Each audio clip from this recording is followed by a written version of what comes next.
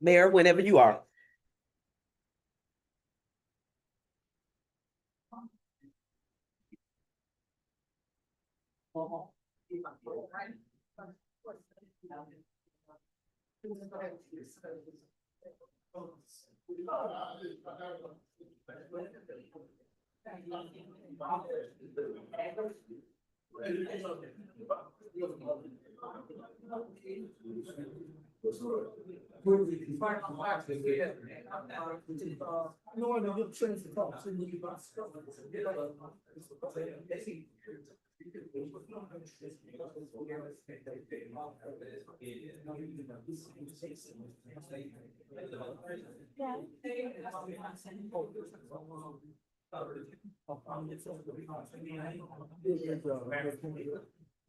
You ready?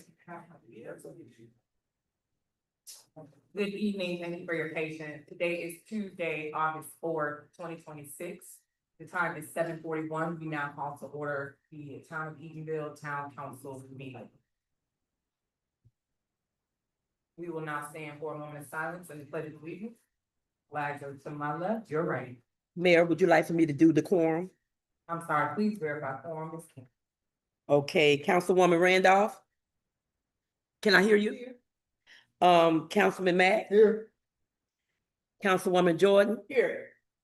Vice Mayor Thomas? Here. Mayor Critton? Present.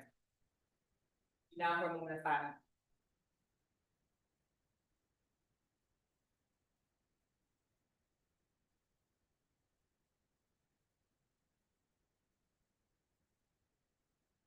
Pledge of allegiance. I pledge allegiance to the flag of the United States of America and to the republic for which it stands, one nation, under God, indivisible, with liberty and justice for all. We are now ready for the approval of the agenda. I'll entertain a motion.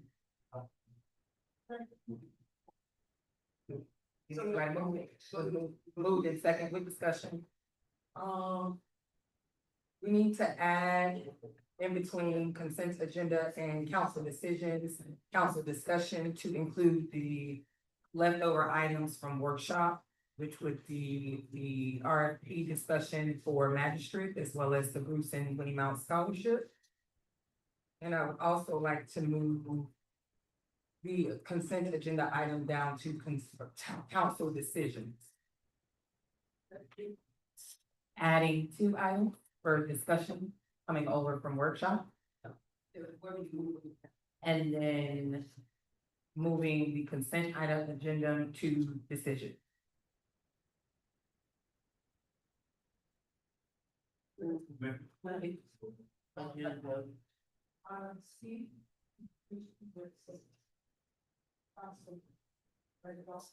think that was a typo. That's administration. For clarity, Councilwoman wanted to bring to our attention that item C under presentations and recognition is actually an administrative request. Right, there's. Mayor Council, as a point of reference, something that we could do since we want to make a decision on magistrate, we could combine that presentation and magistrate at the same time to, instead of doing that at the top and then coming down and talking about it later, so decisions. So you want to add it to decisions instead of discussion? Yes. And then that would leave the scholarship as the only discussion item.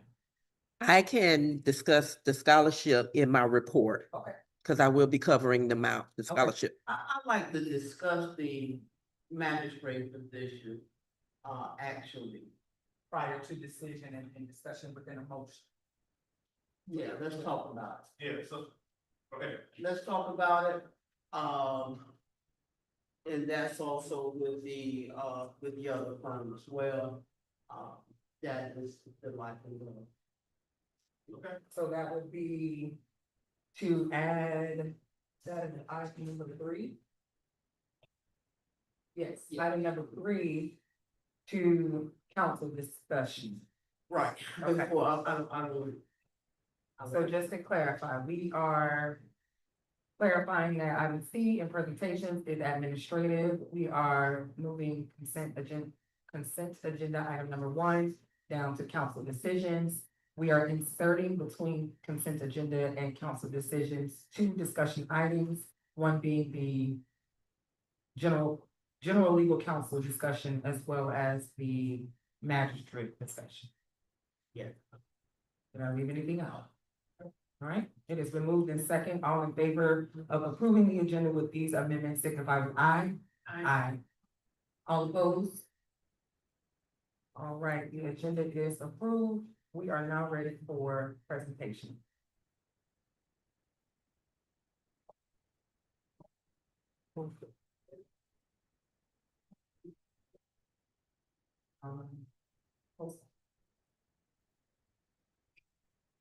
The whole time presentation, we move to the 18th and say, available today.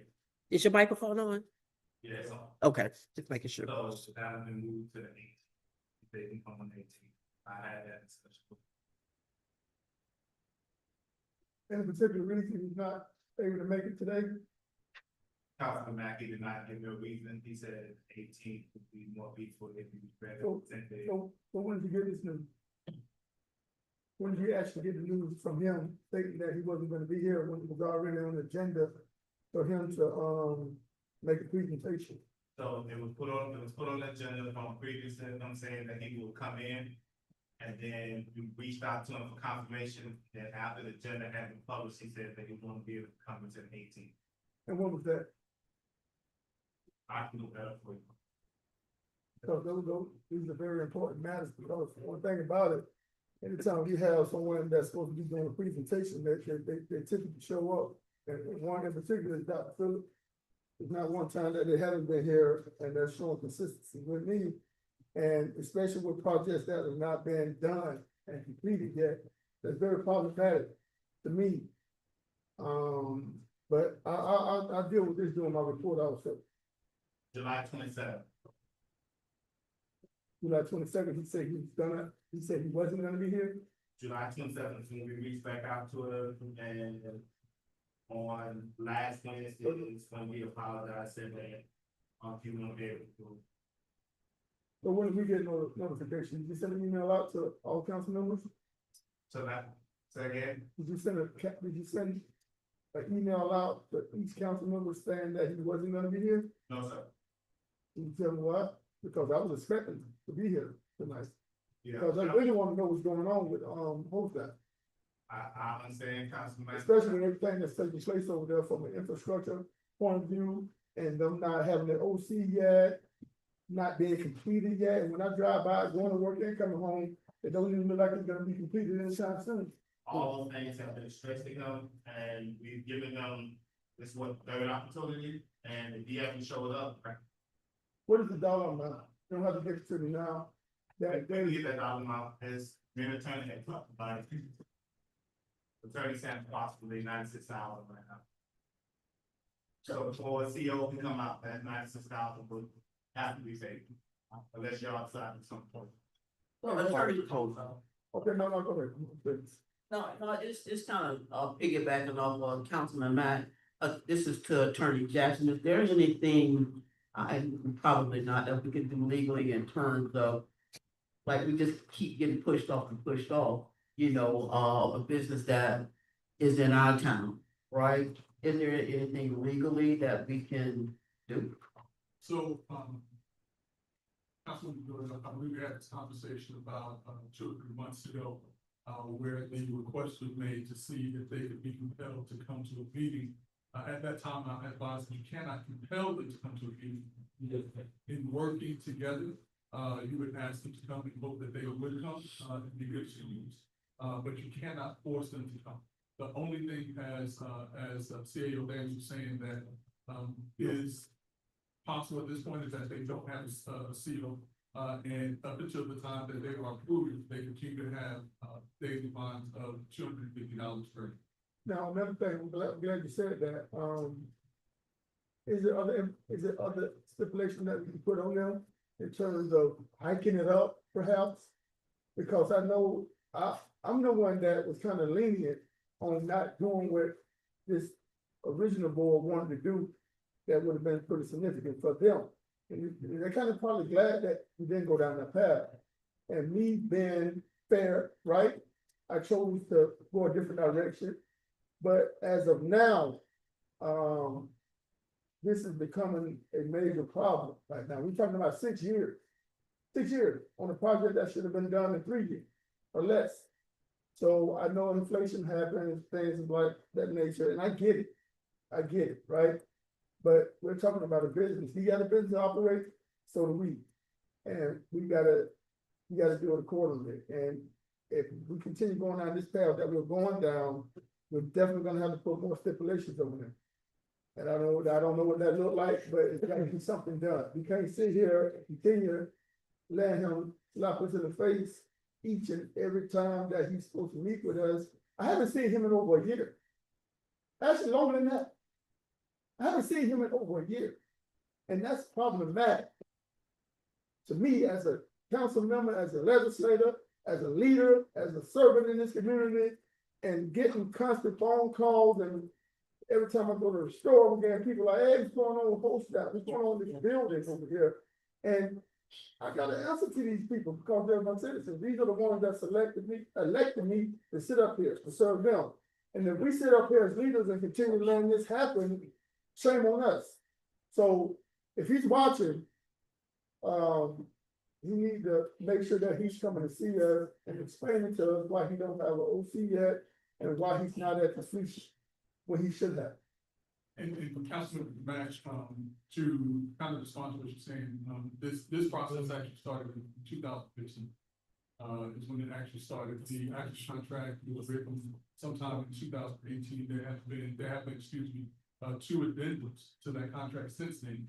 I believe that if they have gone beyond that, beyond the provisions of the addendum, that it would be appropriate to determine if a third addendum is appropriate in this case.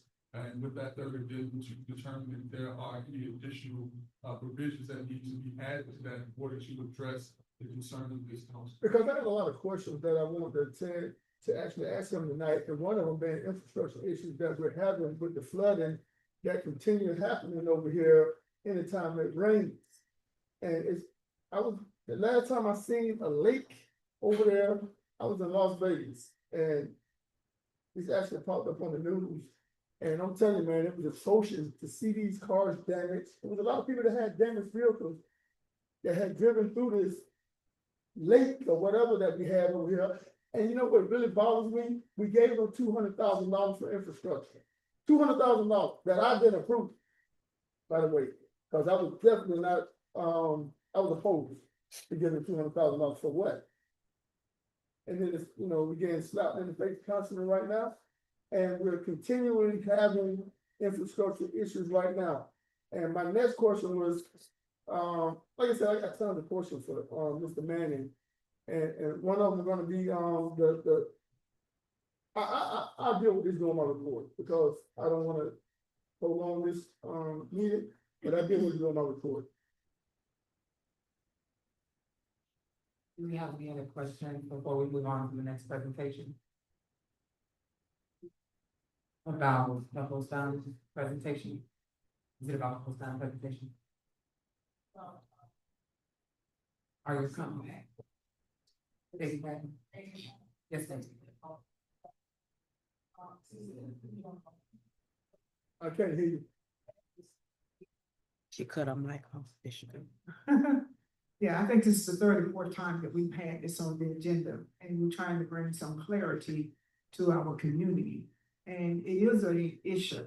As we all know that this particular topic has really been in the forefront, not only just locally, but on a national basis. So I think it's getting to the point that we may need to revisit another addendum contract and see what we can do as far as getting some closure to this problem. And sadly, this problem has been stretched out long enough. So we need to move forward as legislators and do what we know what we need to do to protect our community. Yeah, Ben. So with that, I would like to put. We are in presentations right now. Yes, We'll revisit this when later on in the. yes, the meeting. Mr. Daniels, I'm assuming you said, if I'm not mistaken, that we are rescheduling him for the 18th. That's what he said. Okay. Did he verbally say it, or did he send an email? He sent a message, and I tried to call him back on it as well. And he said he had things going on, but. Next time we send him a message, tell him to CC us also, because I wanna see the message as well, or you can CC it too, Okay. because I want confirmation.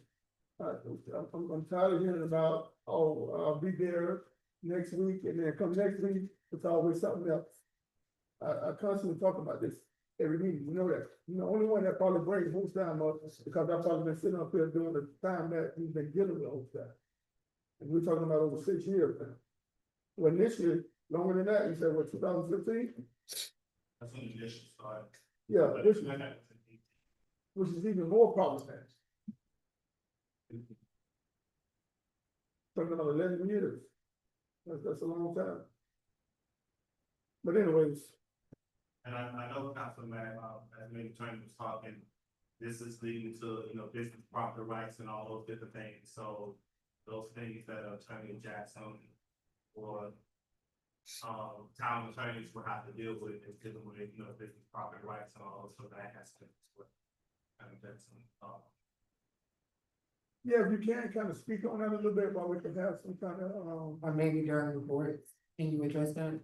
When we say that for reports? no, I wanna know what's going on now, just briefly. If Mayor. If you can make it brief, because we have 2 other presentations and a full agenda, Just briefly. brief. This, the 37,000 foot view, is that businesses have rights to use and operate their property in much the same way that individual citizens do. However, this is slightly different because there was a contract mentioned to the monies and funds were given to this particular business by the town in order to complete certain aspects of the property. So while businesses do have property rights, there is some contractual aspect to the relationship between the town and post time because that's what the $1,000 that was so. All right, thank you so much. All right, man, I'm good. All right, we are ready for the next presentation. Dr. Lee.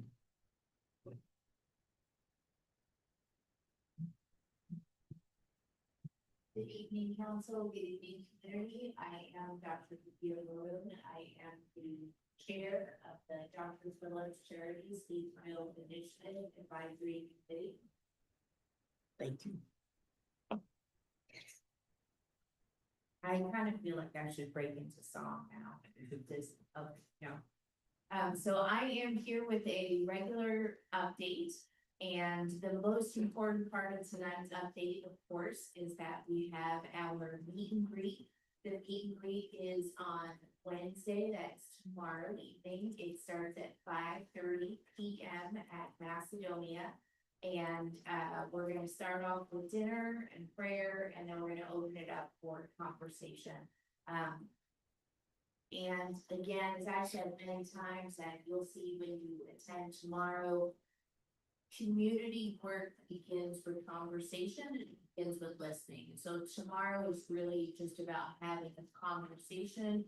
It's about being able to give everyone the opportunity to know individual members of the advisory committee, Dr. Phillips' team, and then really just opening it up and being able to hear from community members what their thoughts are, what their ideas are, what their requests are, and of course what their questions are. So that's the focus for tomorrow evening. And I will say that I've heard from so many people who are encouraged, motivated, and inspired about this work, and we look forward to hearing all those thoughts. But I have also heard from some of you on the council who are concerned, and have concerns. And so I really just request and ask, come share, let's dialogue, let's talk, it's not a time setting. And we really look forward to being able to have these really strong conversations where the ideas, the collaboration just becomes part of the consistent flow. So that's the most important update. And then the next piece, as you know, is that Dr. Phillips Charities has submitted its application to the TDT. That application went in very recently. The application is a public document, all seated on the Tourist Development Tax Advisory Task Force website. And then tomorrow, the slide deck presentation that accompanies that that will also become available for people to take a look at. So again, that proposal is for cultural heritage park as well as an Eatonville museum. So I know that there's been some questions from people in the public about, why are there so many of the same proposals? And this is really important to point out. Every single proposal is unique and different. It addresses something unique and different. And so what Dr. Phillips Charities wanted to do with this proposal was to really think about all the feedback that has been heard over the years about the Eatonville Museum, specific to Eatonville, and being able to help generate the opportunity for such a museum to come into being. So I will leave it there and welcome any questions or comments that you can come this evening. Do we have any council questions or comments? Well, I just want to make a comment because I'm one of the ones that recommended that we come and do updates for this particular region while we're having with Holstein. Thank you for being consistent in doing so. Thanks for all the information that you tell us on each council member meeting. Very educational, very informational also because we're getting actual updates. And I do have an opportunity to meet with some of the, Mr. Robinson, also just to get my own updates as well. Now, my only question that I got is, when you guys actually closing or anticipate on closing on the property? Do you know that actual date? So the trajectory is anticipated to be this month, the month of August. An exact final date, we have a lot of lawyers in the room tonight, so all appreciate this, like lots of lawyers finishing up discussions, but sometime in August is when we anticipate. I think so much. I do have a question as well, Dr. Maroon, and I don't know how I've missed it the last couple of meetings, but I do know that the council or maybe myself did request to have, is your advisory board, is it complete? Because I know that we did ask if we could have a representation from the council, if we could choose someone, and I do know that we were denied that opportunity. And that still is troubling to me as to why, but I guess it's your prerogative. So I guess I asked and answered my own question. But that still is bothersome to me. And I know that I have been one of the ones that have not probably met with you all. And I'll say it here, I say it publicly, because I just still have my own thoughts in regards to how this whole thing is kind of panning out. But again, Councilman Mack, he did mention your closing date, and I do know that there was a meeting today with a hearing at the courthouse with Southern Poverty Law, and I'm not really sure what the results are. Do you know what happened at that hearing? We are not a party to that lawsuit. You're not a party, so, that is correct, that was with the school board. Okay, so I'll have to do further research in terms of that, but it would be interesting to see what the results of that meeting was. But again, folks, I know that we're going to meet with Dr. Phillips, but please be mindful that we did put a request in from this board that was denied an opportunity to have someone sit on this board. I am excited to move forward, but I cannot just act as if, again, like we're not being heard on this council. So, thank you. Yeah, and I do want to make sure in the spirit of transparency and collaboration. So for folks who haven't been following the step-by-step process here, the advisory committee was seated in, February, March. I believe the advisory committee was seated in March or April. And subsequent to the advisory committee being seated, members of town council requested that they have the opportunity to have representation on the committee. Dr. Phillips indicated that they would provide a response to that request in a period of 30 days. And Dr. Phillips, elected that they would, keep the advisory committee in the formation that it currently is. And the piece that I would want to add to that is that the seated committee members, are serving terms of between 2 and 3 years. And so at that 2 and 3 year mark, is when it will be time to revisit the makeup of the firm. And I do understand and hear what you're saying, about, disagreeing with that. And what I want to say is that this moment, this conversation, that's exactly where the partnership and the collaboration happens over the next years as this project is happening, is that I understand that you disagree and you're telling me you disagree, and I'm hearing that and acknowledging that. And I just hope that as we continue to have these back and forths, you'll see that the respect and the willingness to have dialogue, where we may not come to the same point of agreement, but we're still really hearing each other and acknowledging each other. And that's the work that we're doing. I would like to say, been here several times. And the same issue keeps coming up time and time again. I've not really seen much of a collaboration to work with the town. We've had the same councilwoman to bring this up repeatedly.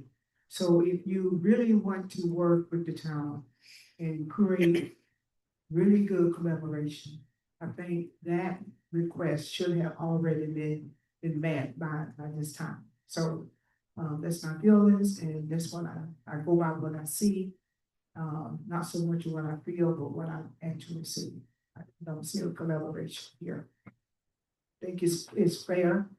You all have taken the lead on several things that I have strongly concerns about. How we going about this procedure is just not, in some ways, some of this is not in the best interest of the people from Eatonville to be heard by their own representative. Thank you very much. Well, thank you for the feedback. And again, I do want to clarify that there are committee members who are residents of the town of Eatonville. And I also want to clarify that there are committee members who are legacy residents of the town of Eatonville. So there are community members who are represented on the advisory committee. And again, I understand that who those people are may be a point of disagreement. But it is, for me as the advisory committee chair, it's incumbent upon me to really be very consistent about acknowledging the Eatonville community members who have chosen to take the time to show up, to participate, and to be part of the process. So again, I absolutely hear what you're saying. I understand it's frustrating. I understand there's a point of disagreement. But I do also want to make sure it's always really consistently clear that members of the Eatonville community are part of the advisory. Have you added anyone new to your advisory committee? I know you said that you all started, I don't know, March, February, January. Have you all added any new members to your advisory board? No, all of the committee members were seated at the same time so that they could go through orientation together.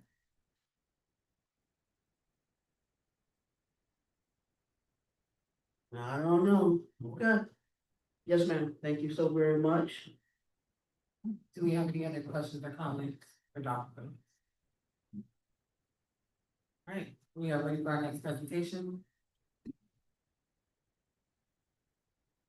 So the first presentation will do recreation. Mr. Dean, for our presentation tonight, how much time are we allowing? 2 minutes. Thank you. Department heads, please stay high level tonight.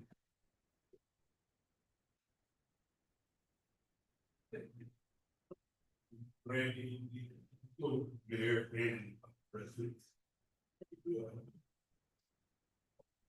Update on what's going on in the recreation department. We just cleared 10 weeks for our summer camp. Where we service, 250 kids a day for 10 weeks.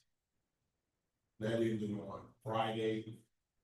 However, our enrichment group that is housed here at Dick Johnson doesn't end until this coming Thursday. So this will be their last day. Working on changing pool hours to be changing once school starts to Saturdays only. 5.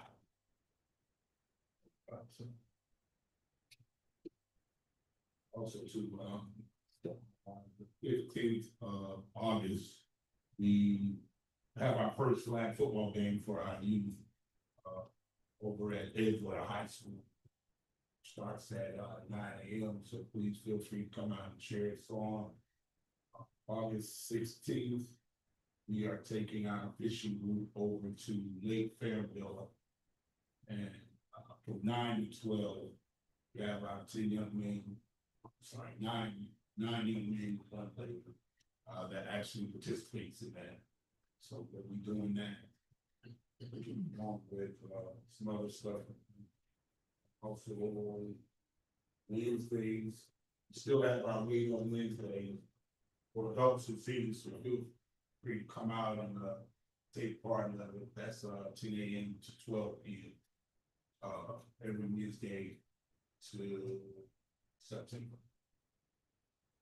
That's my update. I do have a question. I'm sorry, y'all, I'm sorry. In terms of the pool hours, so you're gonna open the pool on Saturdays? What was that, 1 to 5? 1 to 5? Yeah. Okay. What time do we generally close during the week? Is it 5 o'clock? Okay. So like this week now, it's open for 25, but not gonna be open on Friday or Saturday. Saturday we will be probably gonna get many kids because they go back to school on Tuesday. So that's gonna be like haircuts, shopping, so. Okay, so you don't think we'll get any participation for the students like after school or anything like that? Just because we are in Florida and it's still hot and, like, but just an opportunity for them to swim versus just run around in the street. But it's kind of, I mean, for the pool to just be open for 4 hours a week, that seems a little, I don't know, unfair to the kids. but we tried that in the past. Trying to get kids to come. Once the program begins, parents pick them up and they move them to the home. So, but I can look into it to see. Yeah. If that's the thing to try. I get it, but it's just a thought, in terms of giving them some activities to do, because it's still light outside, right? It don't get dark to 8:30, and I see kids, just up and down the street, and if we can have an opportunity to have the pool open, a couple days out of the week, I think, it's worth trying. If it doesn't work, it doesn't work. But just to arbitrarily just say we're gonna, we paying employees to work in the recreation department, but the pool to be open for 4 hours a week. I don't know. And what are other municipalities doing in terms of recreation department? What are they doing in terms of their pool and pool hours? It's just a question. You don't have to answer me right now, but I just wonder what does that look like? Remember, I'm old school. I grew up right in Eatonville and we swam all day, every day. Played tennis, basketball, jumped in the pool. You understand? So I would just like to see the kids have the same opportunities that we were afforded. And that's all I have to go on, y'all.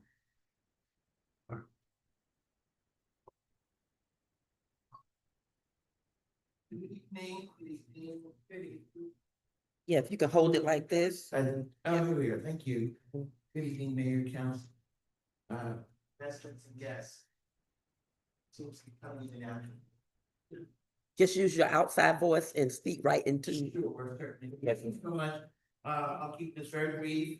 Thank you, Mr. McWhite, for coming in and talking about the, hydrilla on the lake. One of the things that we, are standing on is we will not put chemicals in the lake.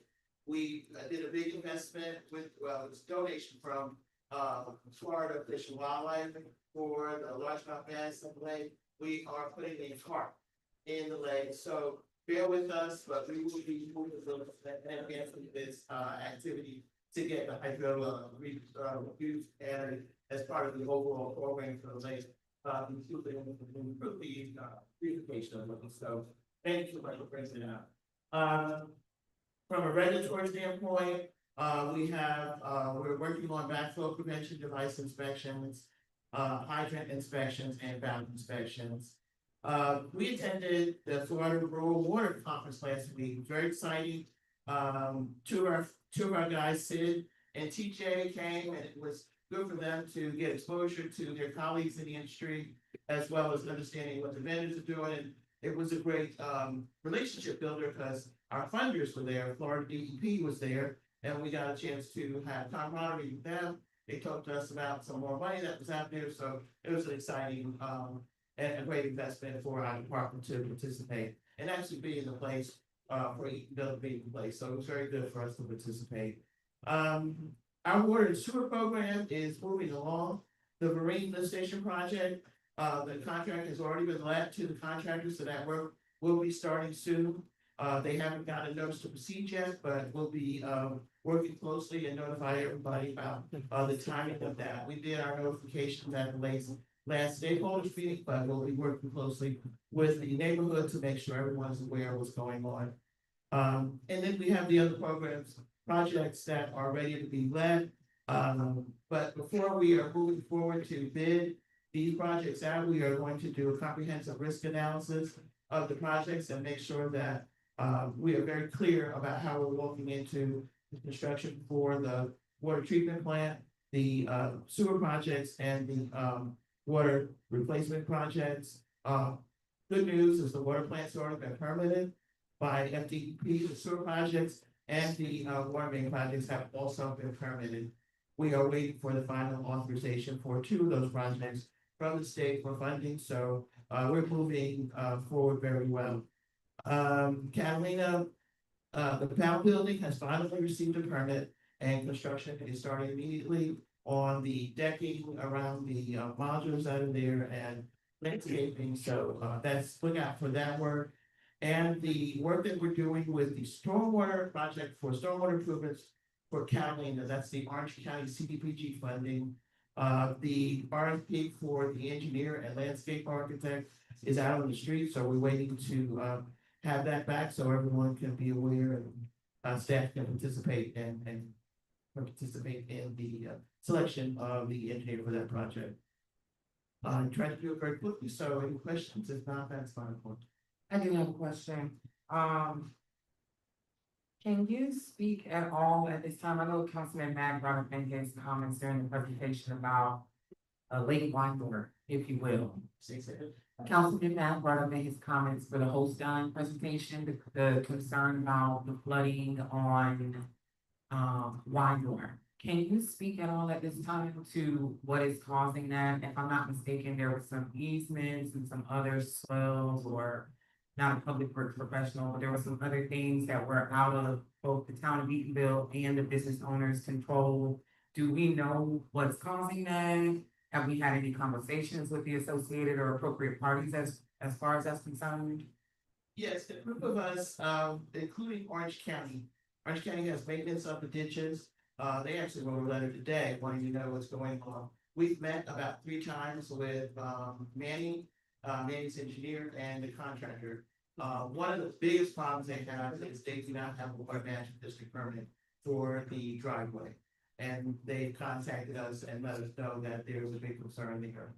But there's one of the major problems that's causing water not to flow is they do not have the culvert under the road, the pipe that continues the water flow down by more under the road. It was not built appropriately. So they're trying to solve that problem. I think there was some interference with an AT&T box. They have a lot of infrastructure over there, power and communication. Orange County, is that the No, area you're no, referencing? associated with the data center. So So you're saying the business owner has that? the business owner has a lot of pipes, a lot of boxes and all this stuff, and the contractor has to coordinate that with the drainage to make sure the drainage flows. So they have their construction concerns that they have to work on along with their engineer. And do we know if Orange County and Duke and FDOT have, because the reports that I've seen have attributed some of that flooding to things that are outside of the town and the business owner. It is outside of the towns. Right, but some of those concerns have been attributed to the other parties. So do we know what roles the other parties play? If we're having conversations with PostDOT, are we also having conversations with FDOT, Orange County, and Duke? And AT&T? Are we having conversations with all involved parties? There's, the last meeting we had, all of them were there. Duke was in denial that they said they were there first, and so it's essentially the owner's responsibility to make sure that things were put in sequence.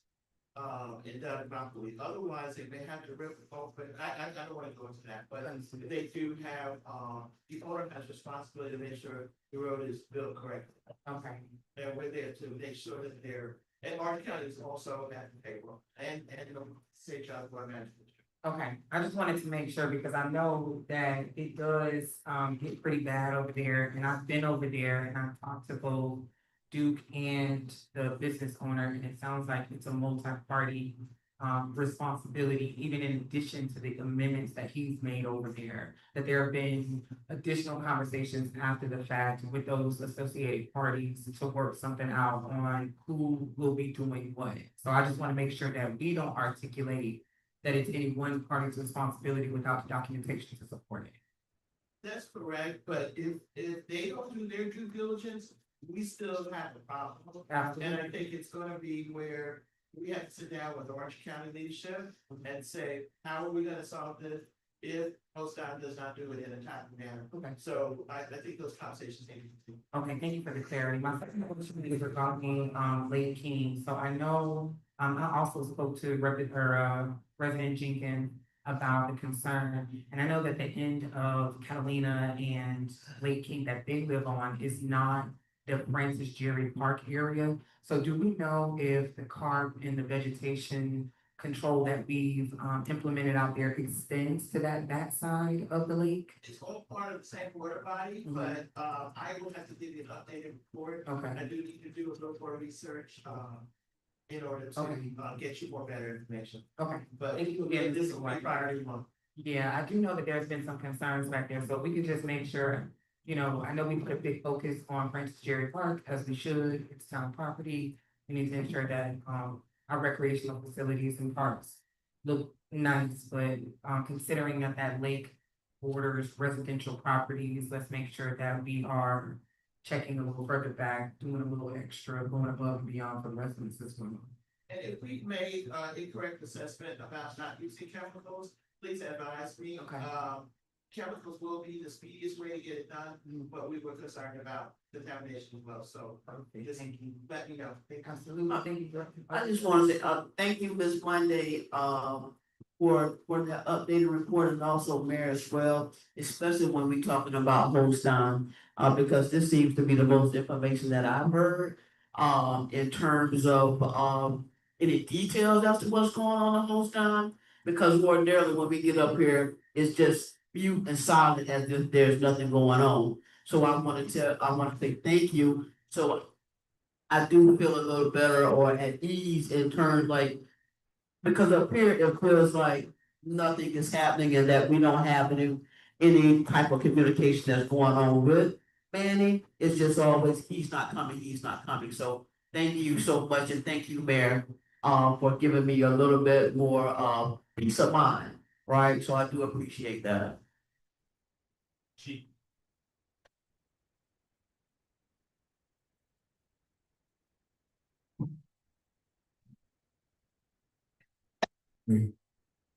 Thank you, council, thank you, town, for continue to build this police department this side of heaven. We're excited. We just completed our hurricane preparedness event. We were able to get orange expert to come out, speak about the necessary needed, maintain, having a safe home after a hurricane. We'll continue to monitor that as well, utilizing not just our patrol units, but our code enforcement. Seeing any residents that have any houses, things like that should become missing during a storm or weather, asking stuff removed, and move forward in that manner accordingly. We are ready and preparing ourselves for Fountain Day, October 14th and 15th. Security measures at the proper places they'll be placed in. We're excited. September 15th will be our third annual collaboration of a butcher anti-drug right at the Boys and how about this? At the Boys and Girls Club, we'll continue that. That'll be going on that'll be all Saturday event on September 19th. October 13th is National Night Out. We're gonna be doing that again. This time we'll be in the Hungerford Field, from 6 p.m. to 8 p.m. We have various vendors that'll be out there. Seniors will be also giving away free clothing, etc. VA will be out there with anybody for gun assistance. Some of the local health center personnel will be there as well. That'll be from 6 p.m. to 8 p.m. We're excited about that as we continue to move forward and work schedule towards things that will be coming up during the holiday season. Our kids are back to school Tuesday, so we welcome them back to Hungerford Elementary. We're excited about them coming in and their course being taken care of. We continue our police, which will bear them up and get our cycle with them as well. Any questions? Chief, what was the event on the 19th of September? September 19th. What event is that? Social anti-drug karate tournament. Any other questions or comments for Chief Murray? Thank you, Chief Murray. Thank you.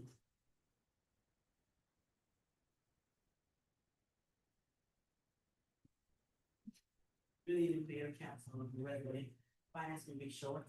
I want to apologize for the lateness of the audit, but within the next 2 weeks, the audit should be finished. So finance is working on the budget. Also looking at some new software to be that will help the residents, help the council, and reveal the reports that we receive. And also, y'all been getting on Mr. Daniels, but he also has set up the consultant for finance that y'all gave him approval on. We'll be working on it, and that's all. Do we have any questions for? Any questions from Ms. Gibson? Thank you. That's it, man. No code enforcement, Say again? no code enforcement. He's in training out of town. He's at the training out of town. Yeah. Y'all from the first now, I'll give a report again. When did I talk to code enforcement? Back up. No, I should do that, yeah. But Well, Chief. I gotta have a question, like, code enforcement, what can I speak to?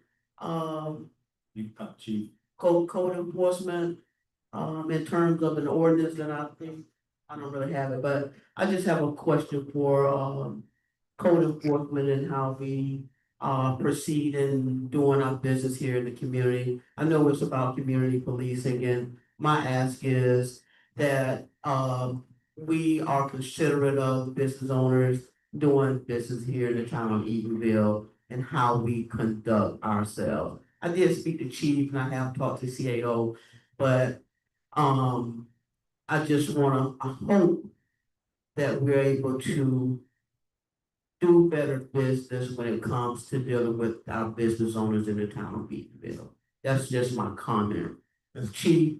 And I would like to set up an appointment, a meeting with you all at some point, please. Thank you. Yes, ma'am. I have Mr. Wilson. Thank you. Thank you. Go ahead, Ms. King. Good evening, Mayor, Council, and, community residents. The clerk's updates, I'm gonna start with the Bruce and Winnie Mouse Scholarship Program updates. We have a total of 6 submissions that were submitted by the July 31st deadline, which is currently in the preliminary review process. The next step is for the review committee to review and give final recommendations. Our goal is to make all presentations at the next council meeting. I want to give you the names of those who have submitted. We have 5 high school candidates. We have Zakaria Edie, Brian Porter, Jamari Brown, Sol Williams, Coron Victor, and I hope I pronounced their names. We have 1 returning candidate is Raylan Daniels, who have completed her first year of college, so she will be going into her sophomore year. So we have a total of 6 applicants. After we complete the final review, we will determine if any or all of them have met all of the requirements and will be considered recipients. Do anybody have any questions about the Bruce and Winnie Mouse Scholarship?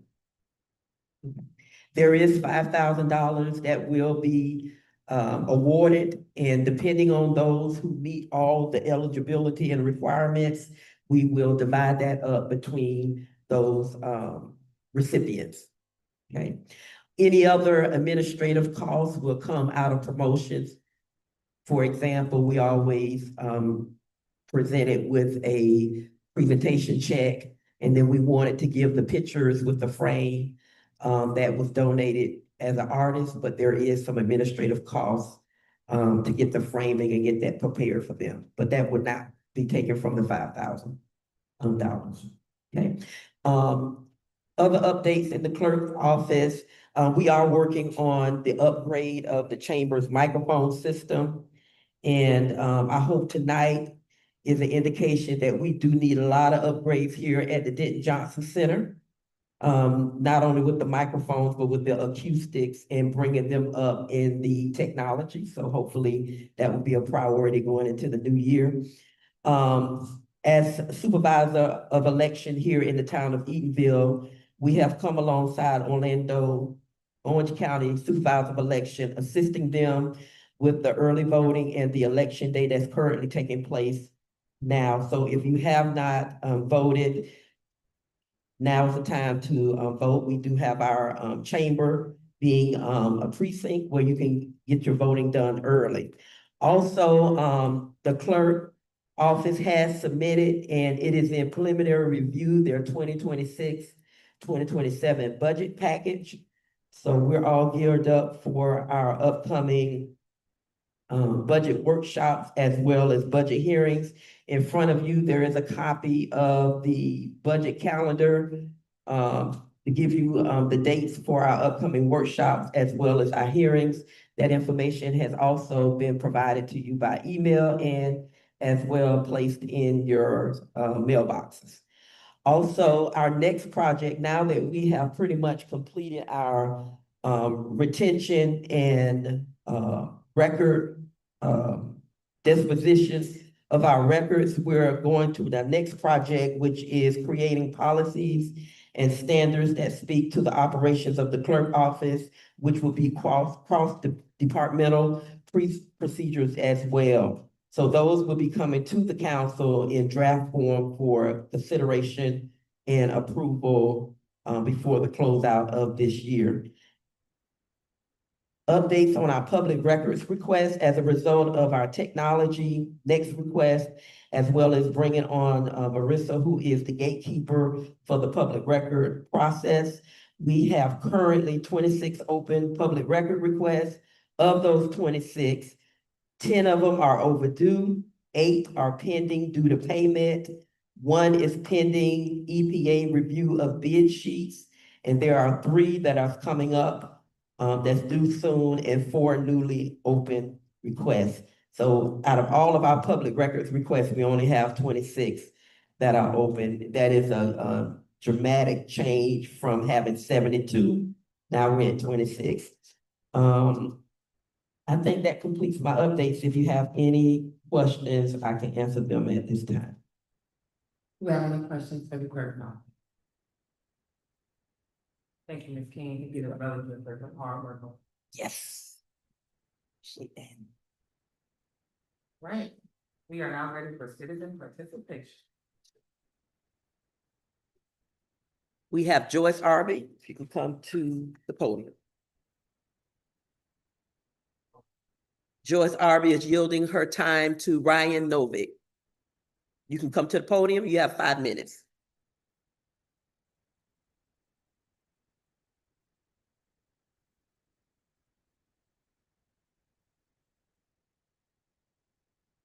Good evening, Mayor, first members of the community. I guess it kind of works out that I need to speak downward into this microphone to be heard, because I'm reading my notes tonight. So I'm going to speak on 2 items, resolution 2026-41. I absolutely support open government, but I would ask the council read section 3 of this resolution closely before voting. Its heading is endorsement of SPLC lawsuit. And it says that the town council expresses its public support of legal action initiated by the Association of Preserved Eatonville Communities against the school board of Orange County. That's not a statement about transparency. That is the town taking a side in a case that the court has not yet decided. 2 things follow from this. Section 4 of the same resolution asks the school board to work collaboratively with the town of Eatonville on this property. And this council will eventually split in a quasi-judicial role and land use applications for the Hungerford site. So my question is this: when the town has to act as a neutral decision maker on this property later, does a formal endorsement of one party's lawsuit make that harder to defend? On item number 5, resolution 2026-45, I'm absolutely in favor of a heritage tourism district. This is an amazing idea. Eatonville should be a destination. But section 8 directs staff to prepare 8 separate plans within 180 days.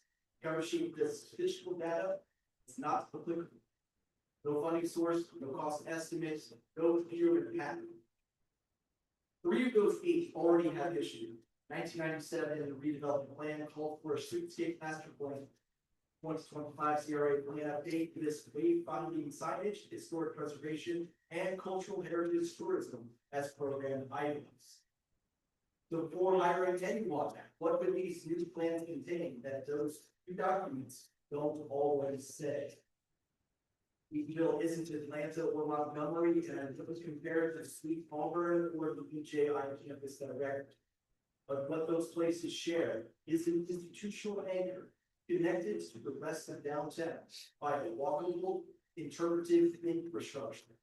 Not just markers, but a reason to walk from one stop to the next. Section 5 lists signage, gateways, and public art.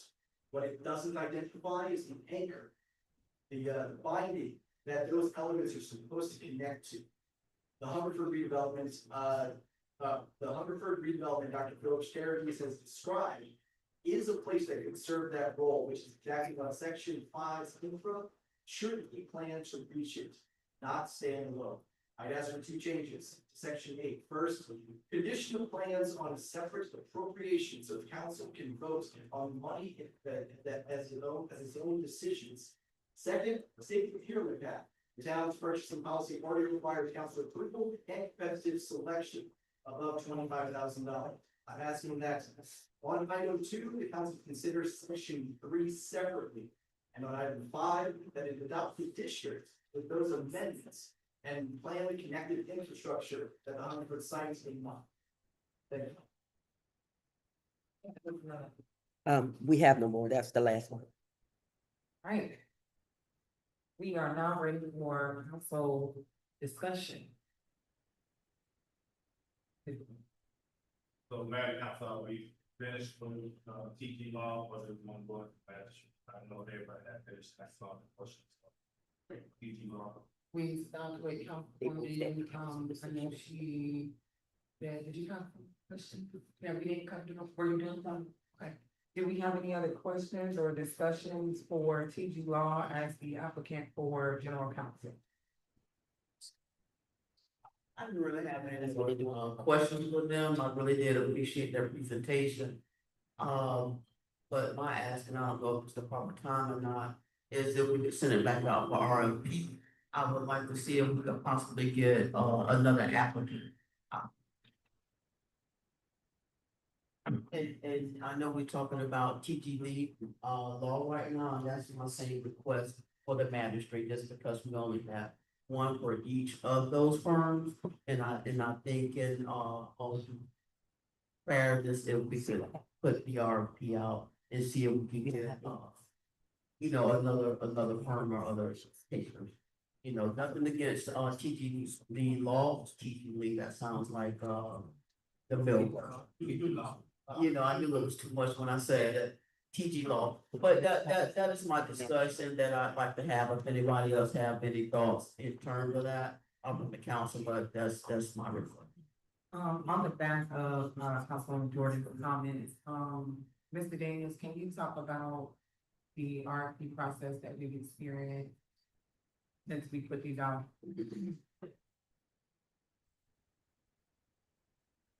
So Mayor and Council, asked a question.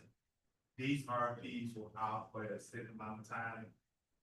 We did have other people that was reviewing it, but only you wouldn't mind to talk about magistrate and Yeah, might as well. with the magistrate as well as with town council legal, we had the one firm for each that applied for.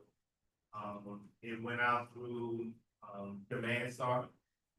It went out, other people were calling and, they were viewing it. I think we had a total of about 5 people that actually viewed it. So about 8 people viewed it, but these were the only individuals that actually applied to the RFP.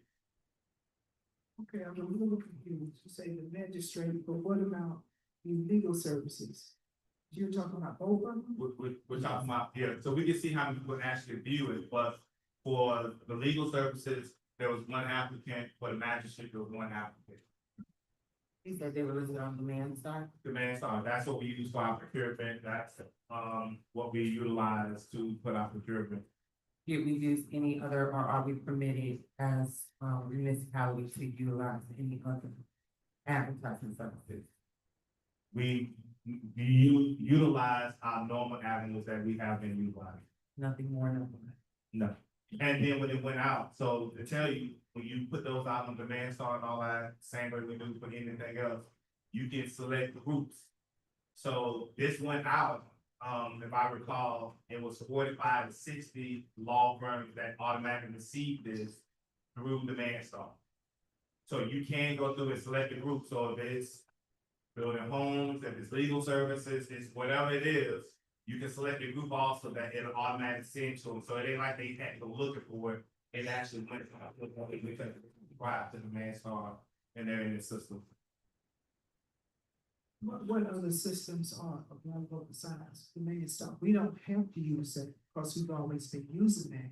So what other systems that are available? So we have been talking about with CRA as well as what our finance department would think about once OpenGov. That's what a lot of local municipalities are using, OpenGov. So those are opportunities, and generally those people are in the same group. So if somebody was set up a Demand Star, most likely they all OpenGov, they're on all of them, they're receiving all of those. And also, we do post on the town website, we also use our agency. It's kind of. And the Demand Star is used by all stations, and we put the description in there, and like I said, it was a lot of people looked at it. Just to say our old firm looked at the Gray Rocks and what they need to submit. I would just love to have other law agencies, and I could have had a chance to review other than just that one. It would, just 60 of them at one time. Okay, but how many of them actually respond coming back? One. Just one? Yes, ma'am.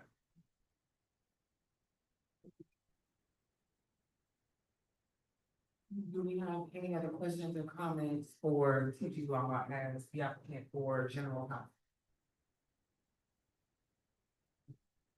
I did have a concern though, normally, like in this process, if this is discussion. Yes, ma'am, discussion. Okay, I don't know, like I said, we can talk to anyone, of course, of the CAOs, but my concern was whether or not, other council members have had an opportunity to talk to the law firm prior to today. Maybe, I know I did on the 27th, I believe it was. And, I guess this is the only selection person that actually respond to the request, to the RFP. So it doesn't give us much leverage, to maybe to go out and seek another, round of, to see who would be interested. I just don't know how that could work right now. So Councilwoman, everyone was afforded that opportunity. So as in talking with the current council, Attorney Jackson, of procurement, staff went through their procurement process first. And then we released it to you all afterwards, and that was only because of coincidence and all those things to keep it fair.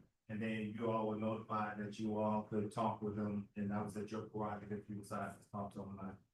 Okay, all right, thank you for clarifying that. Thank you. All right, no other questions or comments being heard, we can move on to, I'm sorry, Phil. No, we're going to still discussion on the master. Yeah, we move on to the discussion of the matter. And that was the same thing for me in terms of the magistrate as well. If we could, send the RFP back out again and see if we get any other hits on it. That is, that is my ask, and I don't know if I make the motion right now during this time, or maybe council.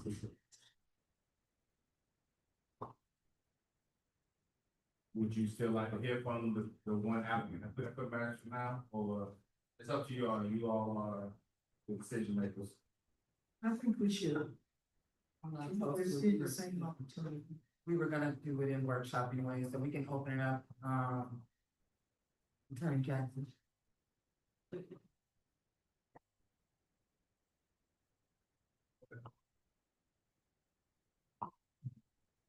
evening, Mayor. If you, Council. My name is Greg Jackson. I've served as the area attorney for approximately 14 years. Also, had the distinct pleasure of serving as the interim attorney. As I went to this position and thought about applying for this position, it took me back to 2013. 2013 is when I first really truly came to the town of Eatonville.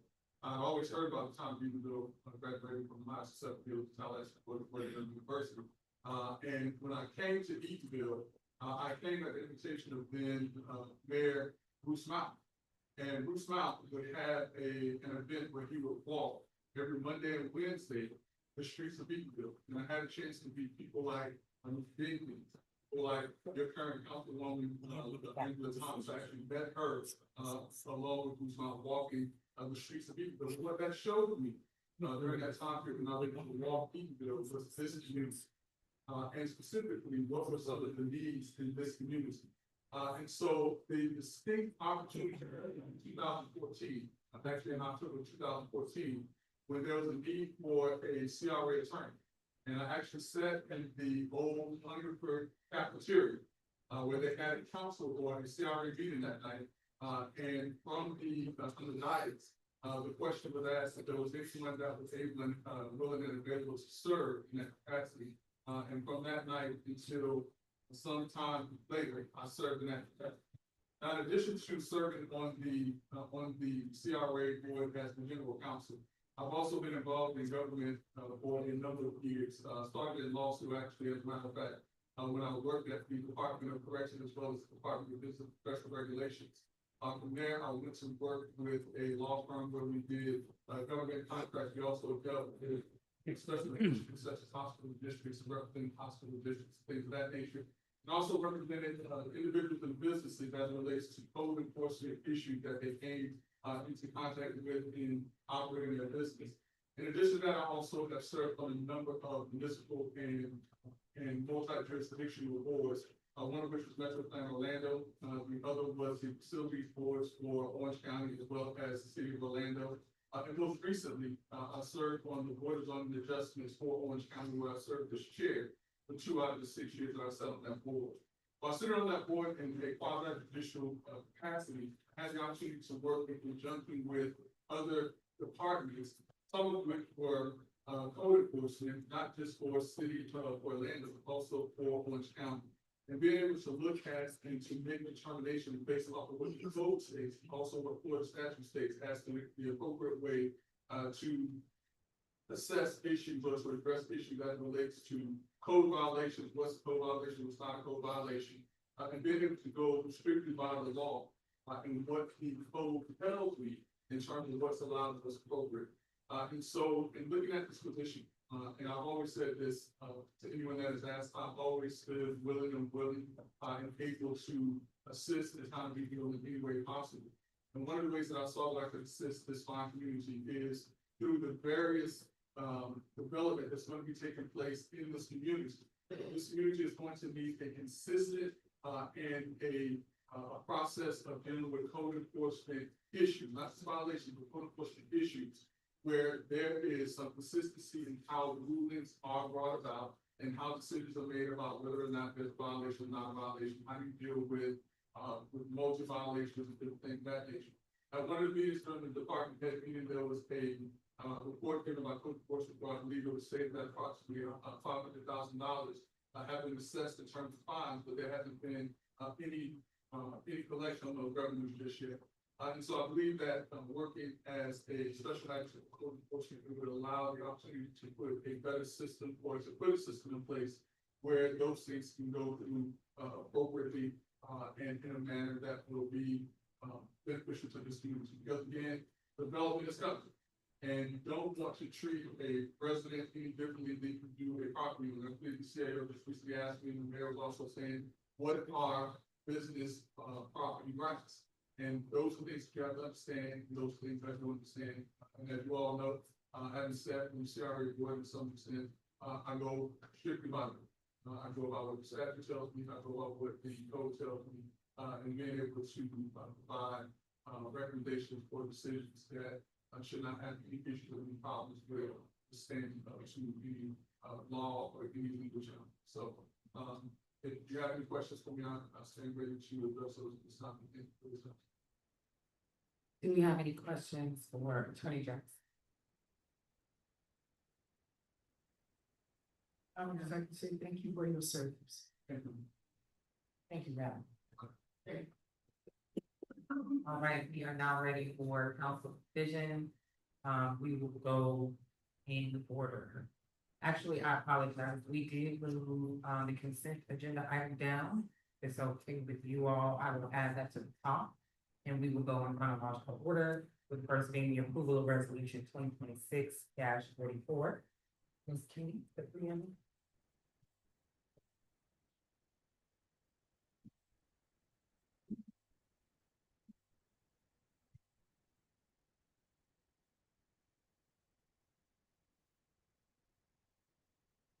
Resolution number 2026-44, a resolution of the Town Council of the Town of Eatonville, Florida, approving partnership with the Beautiful Gate Cancer Support and Resource Center for the annual event, providing for conflict severability and an effective date. You heard the preamble, was there a motion? Second. Then moved in second, with questions. My only question is for CAO Daniels. Based off the way the resolution reads, it is asking for, is it annual support or annual collaboration?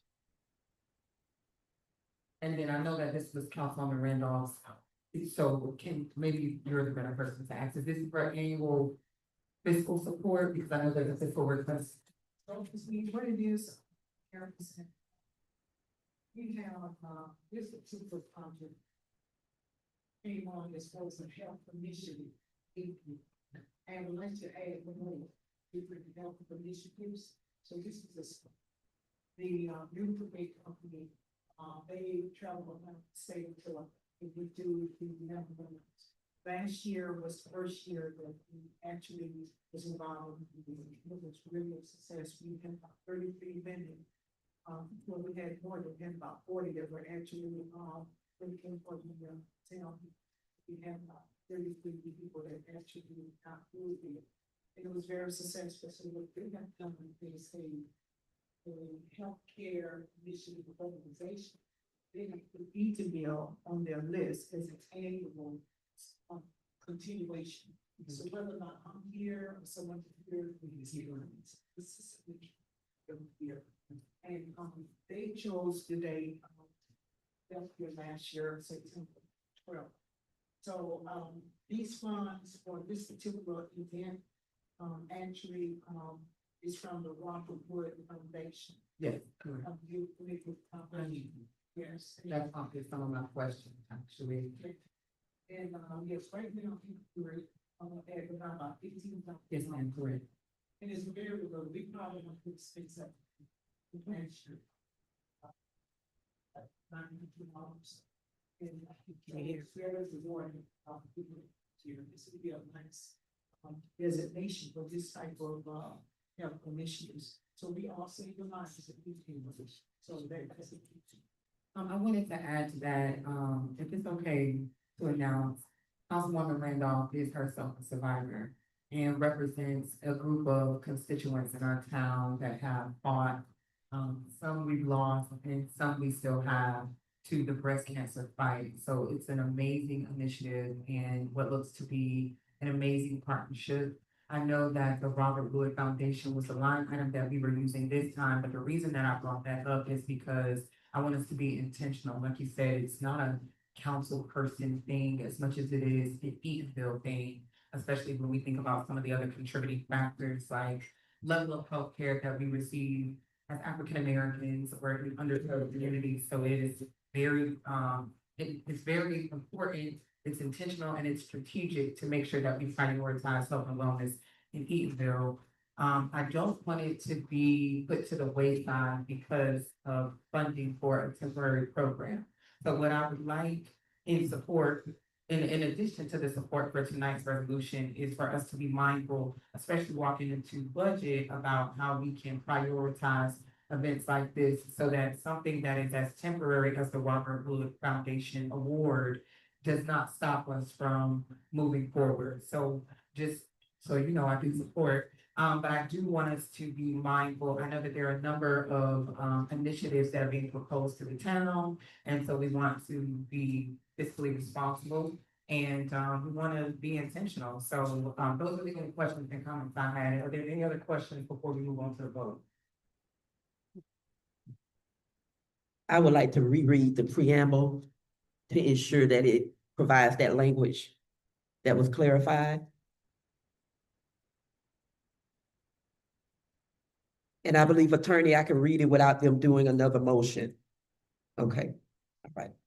Resolution number 2026-44, resolution of the Town Council of the Town of Eatonville, Florida, approving partnership with the Beautiful Gate Cancer Support and Resource Center for the annual mass breast health screening event, providing for conflict severability and an effective date. Thank you for the clarity. Yeah. I found a few words missing in mine, but I think I caught the gist of it. Yep. All right, you have heard the motion. It's been moved and seconded. All in favor of the approval of resolution 2026-44, please signify with aye. Aye. All opposed? Motion passes. We are now ready for the approval of resolution 2026-41. Ms. King, preamble. Resolution 2026-41, a resolution of the Town Council of the Town of Eatonville, Florida, for clarity affirming the town's commitment to government, transparency, and expressing support for the legal action taken to enforce adherence to the Florida Sunshine Law and protect the historic Hungerford property, providing for conflict, for severability, and providing for an effective date. Thank you, Ms. King. You have heard the preamble. Is there a motion?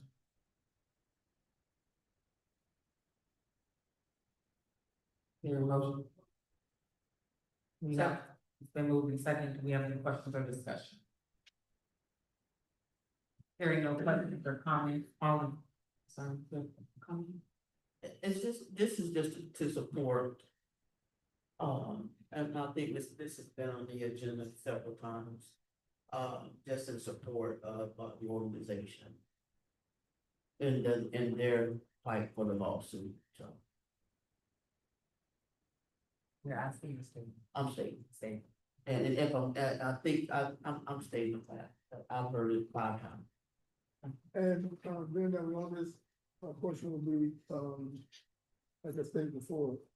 And I know we went ahead and, move for approval, whether it goes up or down, but I would like to also table this item again, like I did before. That way it won't, move anywhere. At this particular time, so I would like to, put a motion to table this item versus, vote it up or down. That's my stance. I acknowledge your request, Councilman Mack. I'm going to grab the rest of the comments and then we can address Attorney Jackson on moving forward. Councilman Randall? Thank you very much. All right, this is, your time we have brought us to, table for the legislation on this, as well as council members. Last meeting that we had 2 weeks ago, we went through the language, and according to information, there that you had provided for some of the issues that we had problems with. So I struck those items out. So I'm back again, and now we still is a problem. So everything that you had mentioned, I corrected those things. Some language, some of those wording and lines have been eliminated from this. So, I do want to say that, however, based upon what we see here, there has been some other, decisions that were made that's based upon this resolution that we're facing today. I'm not too sure you may be aware of the case today. If I can insert that so that we have a better understanding about this particular, Was that for the hearing that was this morning? test.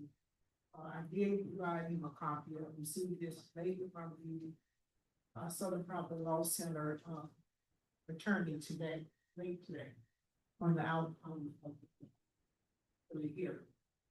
I did attend that hearing. And There was a question about the hearing earlier, wasn't there? according to get a better understanding pertaining to this, you have to really know about what that. So that range suffice for everyone's time. I can't hear you. So attorney, should be able to. So Councilman Mack, she was saying that she attended the hearing this morning and she feels like the information that she received late this afternoon might provide additional insight to help us make a decision. Okay. She, Are you but gonna before we move to Attorney Jackson, let us hear the rest of the council. Okay. And if it is appropriate and brief, we can address that. So there's still a request to table. So I will agree with Councilman Mack, because if that's the hearing and you got it late, and he has to review it to tell us, he could tell us at the next meeting as well, if we want to bring this back, because whatever the attorneys say, it still may bring up questions that we still may have concerns about. So I will agree to table it and bring it back versus up or down. So I understand you attend the hearing. So let the attorney view it, give us a copy of that as well, so we can review it as well. But to try to say, attorney, you read it and you explain it to us, I don't want you to explain anything to me. I want to read it for myself and then let me get my understanding. And then the attorney can bring back his interpretation. Well, I object to that. I would like the attorney to either summarize it, get a copy of it, and bring it back next time we have any questions. But this is the change to this particular resolution. This happened today, and I think it's very important that people being here know exactly what happened. If I, Here. Let me sneak in before you come back, Councilman. So again, the ability to adequately assess a situation is imperative to making responsible decisions. And again, I did read the amendments to the resolution. They do not address the issues that I brought up. The issues that I brought up were about the wording and, after hearing comments in this section tonight, there is still confusion about exactly what this resolution represents. I'm hearing that it's a fact that this resolution does in fact support a party in that suit. I know last council meeting, my statements were centered around the lack of a need for a resolution. If it is in fact about, or if the context or the subject matter of the resolution is support for Florida Sunshine Law, there is, in my opinion, my comments were about the fact that as elected officials who took an oath that includes the compliance with Florida Sunshine Law, it is almost redundant or unnecessary to sign a resolution that will either assist or hurt any party in any lawsuit that we are not a party in. So, for example, in the last whereas before the resolution, term support is in there, and you took out find it necessary to advocate. I mean, if sitting up here doesn't say that we support Florida Sunshine, I don't know what does. Down in section 2, under support for government transparency, I see that it was crossed out for the full moral and political support. And I see that the support for the enforcement of Florida Sunshine is in there, reaffirming dedication to the principles. Again, for me, not necessary. Sitting up here should tell everybody I shouldn't have to have a document in any one situation, because if that's the case, then I need to go through every lawsuit that is addressing Florida Sunshine and submit a resolution that says that I support government transparency. It wasn't necessary. Then down in section 3, again, just the titling of the section was problematic for me. The endorsement of the lawsuit, of the SPLC lawsuit, because it specifies SPLC. And again, the public support initiated by the Association to Preserve Eatonville Community against the school board is still public support. It's still us taking a side. Even if you say, hey, we support governmental transparency, we'll stand on that side. So I know that there was the attempt to try to bring ease to my mind, and I appreciate the attempts and the efforts, but my sentiment, my comments remain the same. The lack of a resolution of that situation and us getting in the middle of it in any capacity other than the administration of our business is irresponsible to me. So while the resolution was amended, it does not address the issues that I have. I still have issues, and then after hearing the facts for tonight, it sounds like this is in support of PEC. And again, no one party, if PEC turns out to not be able to make their case, I mean, what are we saying as a community? So that was me. Additionally, with the new information that you're providing to us tonight, I also support tabling this item if it means that additional information will allow us to make a more educated decision. We talk all the time about walk-on items and how we don't have an opportunity to review all pertinent or relevant information. This is that 101. That's all the comments that I have. Vice Mayor, I'm sorry. I did acknowledge Councilman Matthews and Vice Mayor Thomas. yes, I'm kind of piggybacking on what you said. I think we definitely need to make good decisions up there. I know if anybody don't feel good about a lot of things that have came down the pipeline, it's definitely me. But I'm willing to, look at a lot of different factors that have played a major part in turning that new leaf also. I think we do need to make great educated decisions before moving forward with, just making decisions. And I can tell you for sure, Councilwoman, Randolph, I've brought items back several times. Several. And I'm pretty sure everybody will attest to that. But I think with this particular item right here, especially, being so sensitive and everything that's, having to do with it, and I kind of, definitely, relate what Mayor just stated with us, not want to seem like we're taking sides, because I think we need to continue building great relationships with people that we're going to potentially be working with, in the future anyway, regardless if that's, Dr. Phillips, yes, or whomever. I don't feel good about a lot of things that have taken place. I don't, like I stated before in our last meeting, before we move forward with making a decision, when I asked to take this item also, and I know we got some new reports on whatever it is that had taken place today during a hearing. I'm not aware of that, so I definitely would consider listening to what the attorney judge said, but I would definitely, like to also dig more deep into, making my own decision on how I want to move forward, but making any decision up here. And my decision right now is to take this item. I think that'd be the best educated decision to do versus sitting here going off the cuff and just voting up or down. I think that's very irresponsible, if you ask me personally.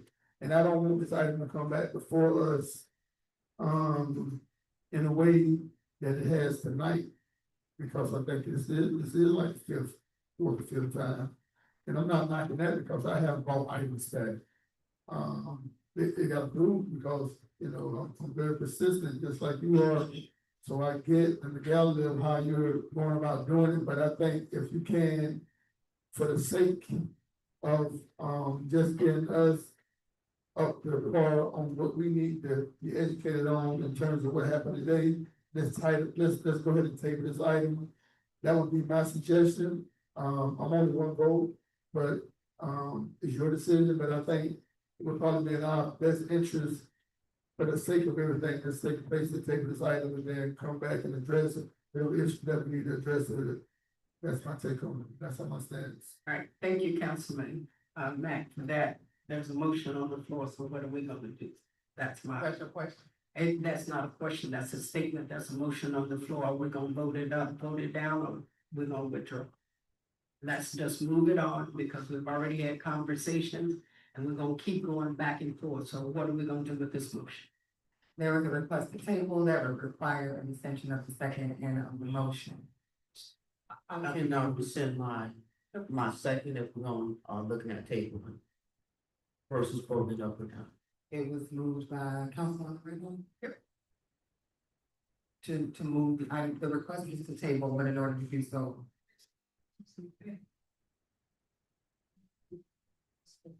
Right, but you have to rescind your motion in order for us to table. Okay, so the second has been rescinded as well as the motion. You will now entertain a motion to table this item being resolution 2026-41. So moved. Check. It has been moved in second, all in favor of the tabling of resolution, of the approval of resolution 2026-41, please signify aye. Aye. Table the approving, that's what it's titled, approval of resolution. I said the motion to table the approval of resolution. That's right. You did that, Tom. Let me repeat. I will entertain a moment to table the approval of resolution 2026-41. This is the motion to table the approval as written in the agenda. Is there a motion? So moved. Second. It is been moved in second. All in favor, please signify with aye. Aye. All opposed. Roll call, please. Is it just one? All right, so tabling passes 4-1. We are now ready. Y'all ready? I do have a question, but at what time will we hear from Attorney Jackson, or will it get something? Here, question, give you a quick update. Can I get a quick update, please? Yes, ma'am. So today with regards to the motion to dismiss that was filed by the student board, which I thought was absolutely correct. That's what the foundation is not a party to that actual student board is. The judge graded on the dismissal based on whether or not there were incomprehensible conversations between the school board and other individuals. The judge in essence denied the motion. So basically all three counts, which included the aspect of incomprehensible conversations, were denied by the court. So that means that the lawsuit can continue to go forward. Just so that this board knows and understands, I was looking at the trial order in this particular case. The trial order in this case is set for October 11th of 2027. I don't know what's going to happen in terms of any action that taken until such time that this lawsuit is resolved. The other thing I can tell you is that being a trial lawyer and from my board's certification, I don't know the story, that here in Orange County, cases that are filed in 2025, more times than not, don't go onto the court's docket until a year or so later. So there's a very real possibility, unless there is some motion made to expedite this matter, that this could actually be a trial. Because what they do is they bring in multiple cases at a time. They go with the oldest case first, unless there's some priority for another case. Right now, I'm getting ready for a trial where we have cases that are from 2022. So the courts have to resolve 2022 cases first. So the point of the making is that a 2025 case may be rolled until sometime into the future. When that is, I don't know. But there could be some priority given to this particular Thank you. Thank you. All right, we are now ready for the approval of the request for proposal. We have it involved, administration. Do you want to speak before we do the motion? Mayor and council, I just want to say it's imperative that we know that legal is very important right now. Not only for the aspects of contracts and all that, but we have a lot of boards and everything that depend on legal going forward. We got infrastructure, items that are ready to come down the pipeline, so it's a lot of contracts, a lot of items, so it's imperative that we have legal set in place, as well as, when it comes down to the magistrate. We have cases that is, coming up on timelines, and as you all know, like 118 Bethune, we had to reset that because we missed deadlines and we didn't go through the proper thing. So it's imperative that we understand that we should have legal representation in place. All right, there is a recommendation and a request to approve. However, there was a request earlier to resubmit. You want to? Yes, now, I would like to address the same thing.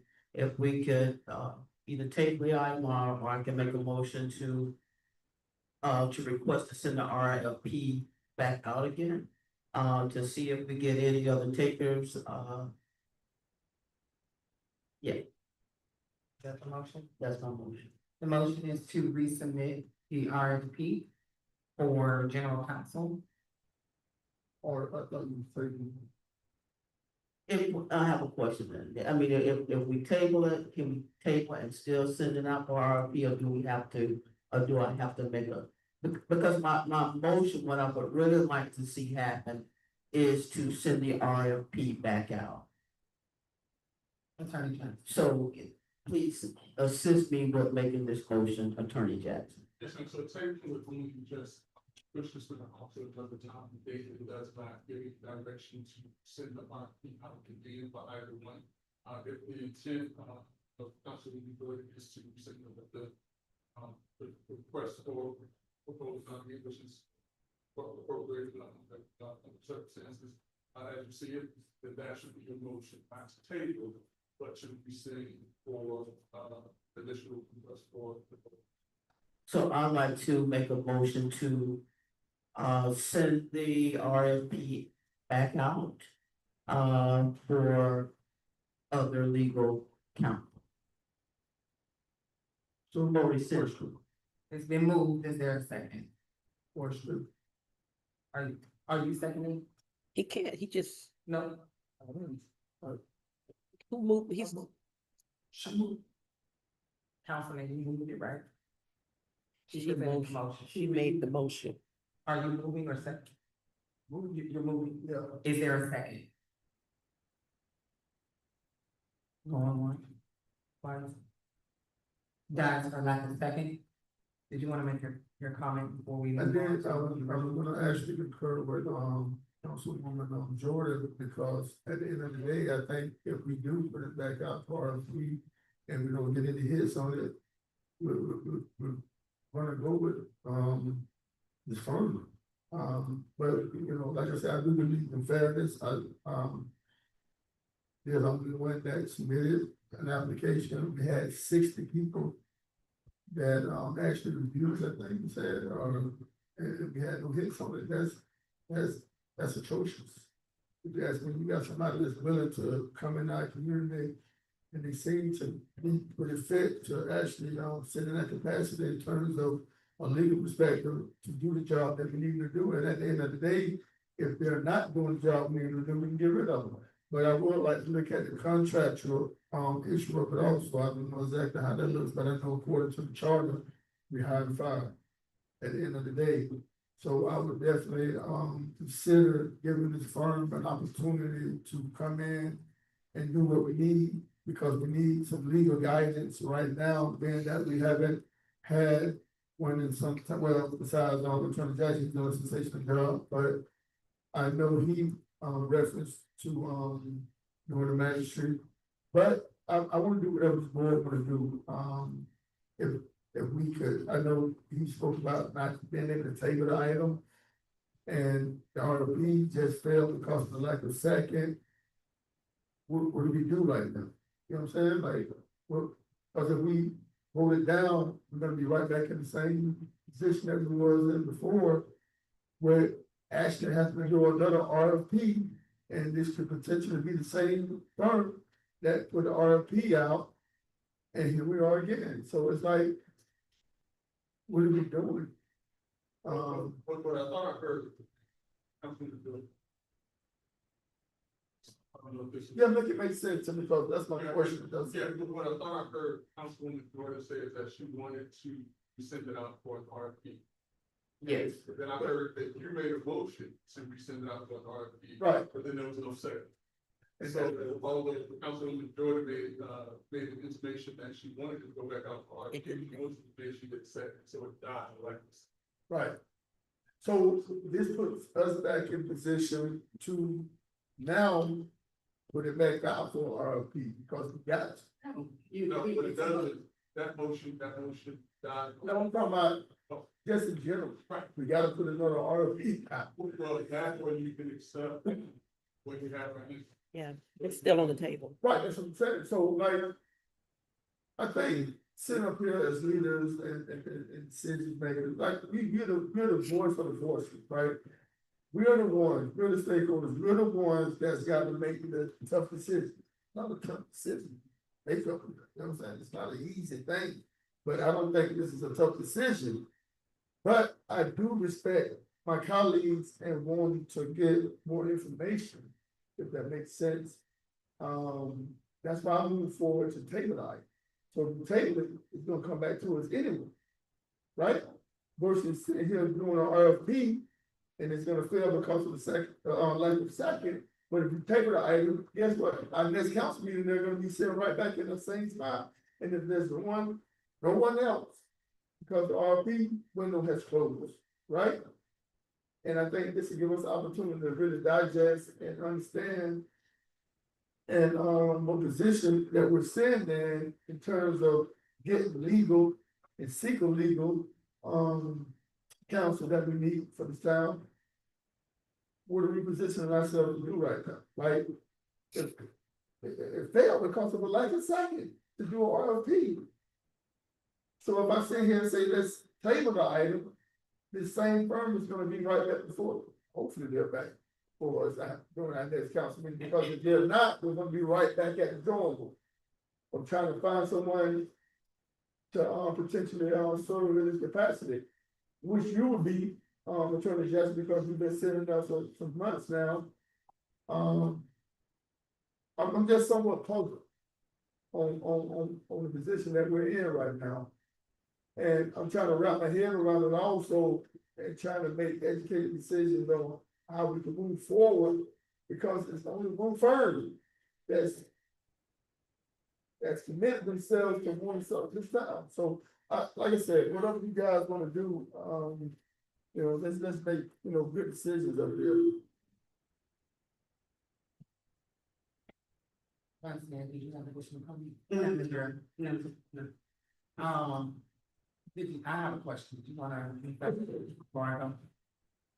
No, for clarity, I just wanna make sure that's what I'm just talking. So the motion was by Councilwoman Jordan to put it back out for RFP, correct? Yes. Yes.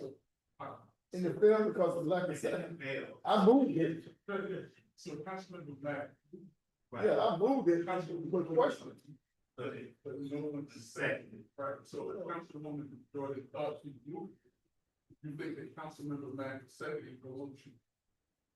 Yes. So that's what the confusion comes in, because Councilmember Mack, he moved your motion. But you thought that he was seconding the motion that you had stated, you actually made this motion to, based on what you said. Then someone has to second that motion, which no one seconded that motion. Right, which is your intent, Gotcha. Okay, so that means this motion is still after the initial Correct. agenda item that's on the agenda. Right. The approval That's to up there. request, the approval of the RFP. Correct. Attorney Jackson. yes.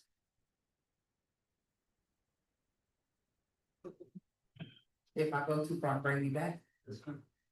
There is a potential conflict and a potential void if we move on one item and not the other tonight. Is that correct? This is the conflict that you have right.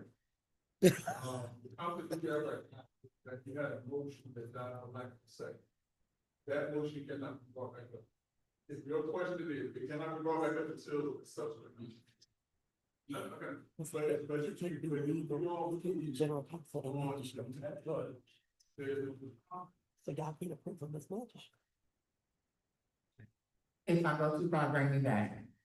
If we, Oh, He just explained. if I go too far, bring me back. So for clarity on the council, if item number 3, under council decisions, the approval of the RFP by TG Law is not approved. And item number 4 is approved. It's a conflict. Or Yes, voting.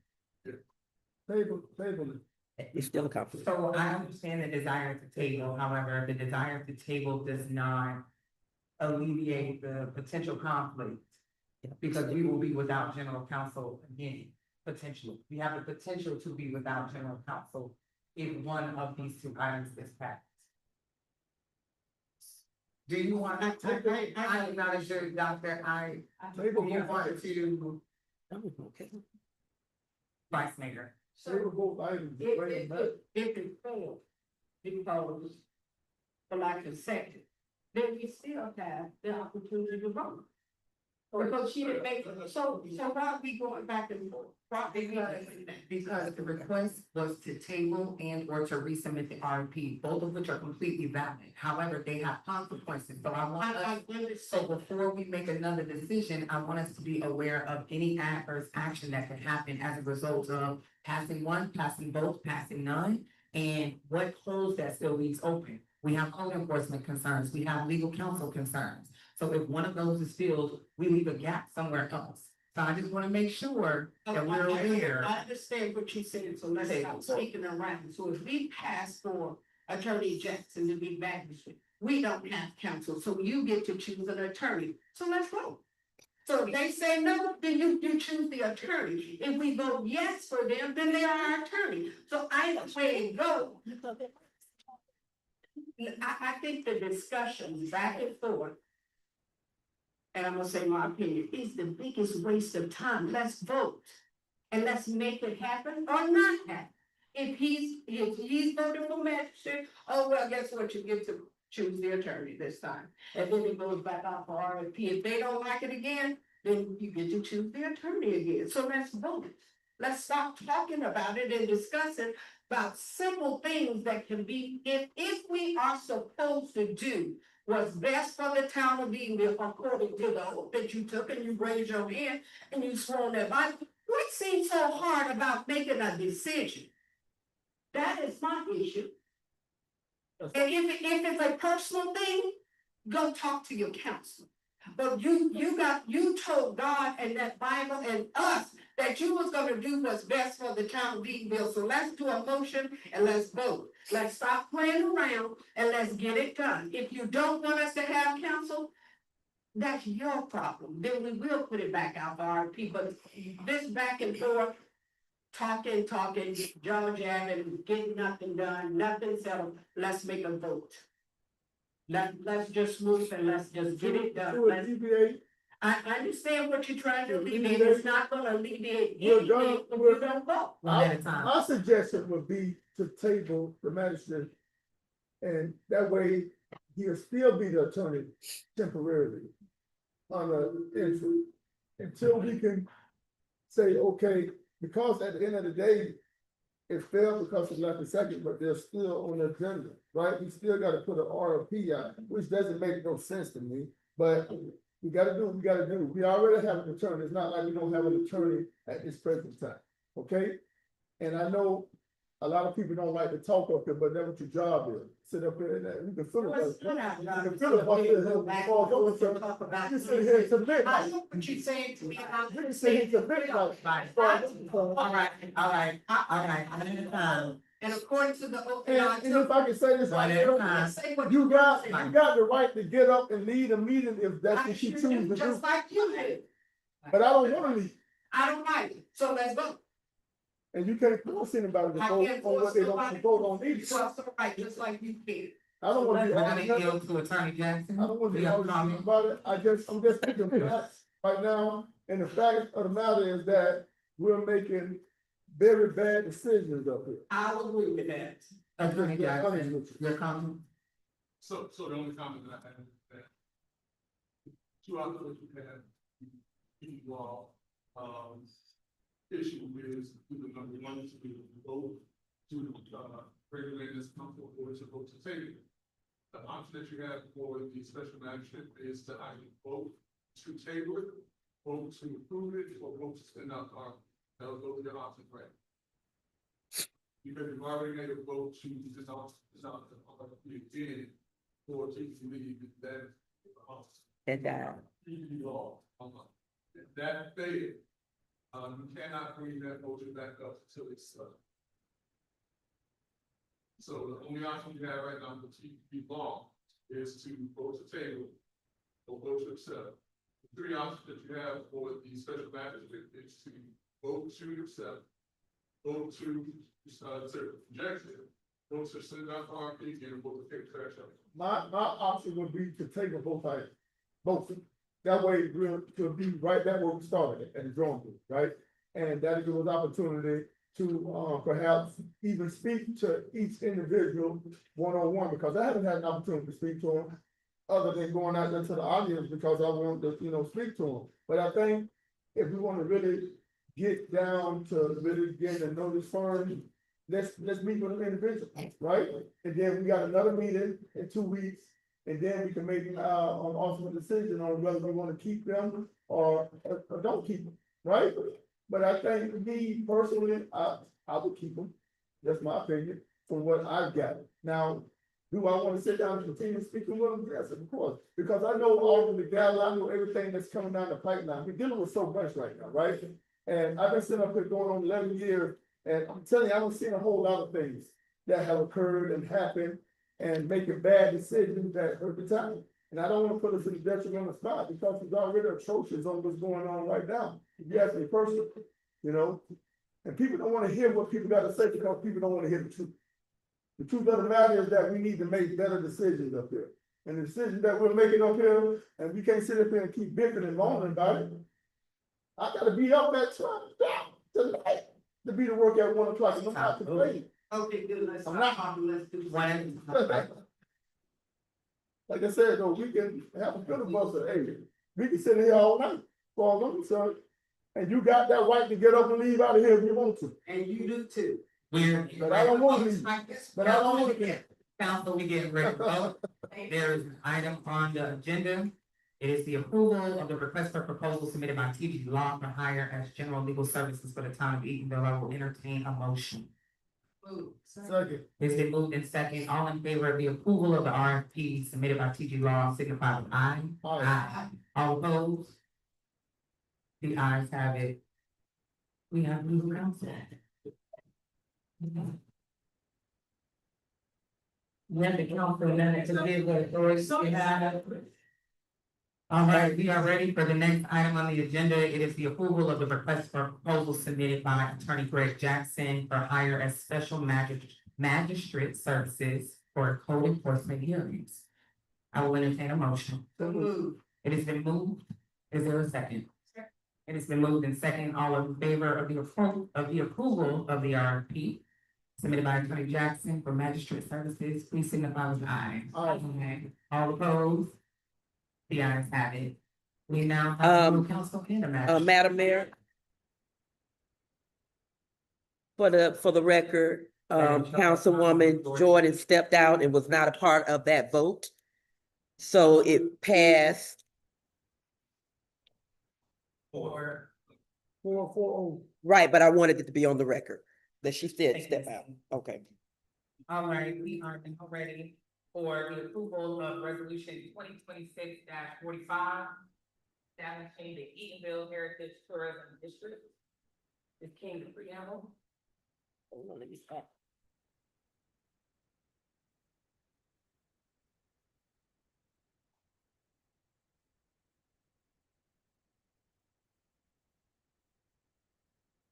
Okay.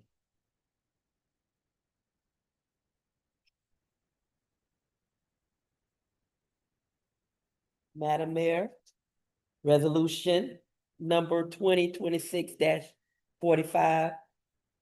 Resolution of the Town Council of the Town of Eatonville, Florida, establishing the Eatonville Heritage Tourism District, providing legislative findings, defining district boundaries, identifying tourism, historic preservation, economic development, and infrastructure improvement objectives, directing the preparation of a district master plan, providing for implementation, providing for conflict, providing for severability, and providing for an effective date.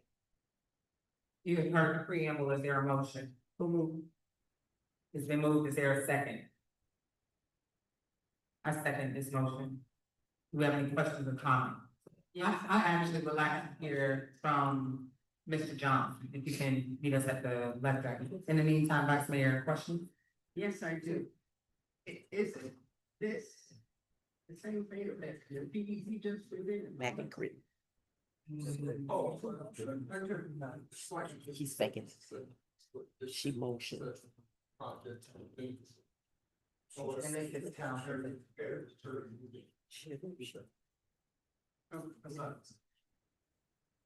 And then there was some, Well, she made a motion. issues about some of the things that have been brought up. As far as the pyramid from some people. Yeah. So we have to do still to work with it, or work with you.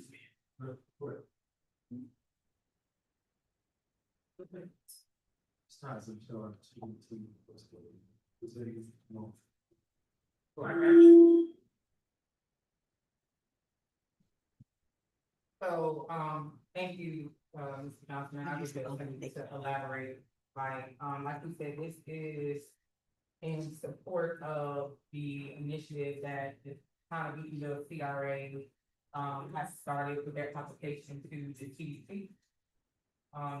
In my review, of the resolution, I saw it as framework or a foundation. I know that a similar item has come before the previous council before as a tourism master plan. It was tabled and was never brought back for discussion. And I think now is as good a time as ever for the town to take and make a statement about how it values its historic tourism opportunity. It also, in my opinion, Mr. Johnson, you can correct me if I'm wrong, it provides another avenue of revenue, which we so desperately need commercially speaking. I don't have any questions. I know there was a comment about, I believe it was section 8 in regard to staffing. Can you speak to what the culmination or the creation of the master plan will entail? I do see that it says staff. I know that we do have staff members who work in some capacity, maybe indirectly, as it pertains to tourism or cultural heritage or historic preservation. I know that we also have our historic preservation board that I do not see as a part of that section, but I know I can imagine that it would be impossible to create this district without some input from them in some capacity, whether it be recommendation or participation. So can you speak to the staffing requirements and how we plan to attack them? We were speaking towards section 8. Section 8, correct. So, first of all, heritage tourism management plan, the street state master plan, the ways, planning plan, land, moving historic. Interpretation plan, the capital improvement plan, partner strategy, all those things start at the ground and underneath. So, you're actually citizen participation, one of those areas as being adopted.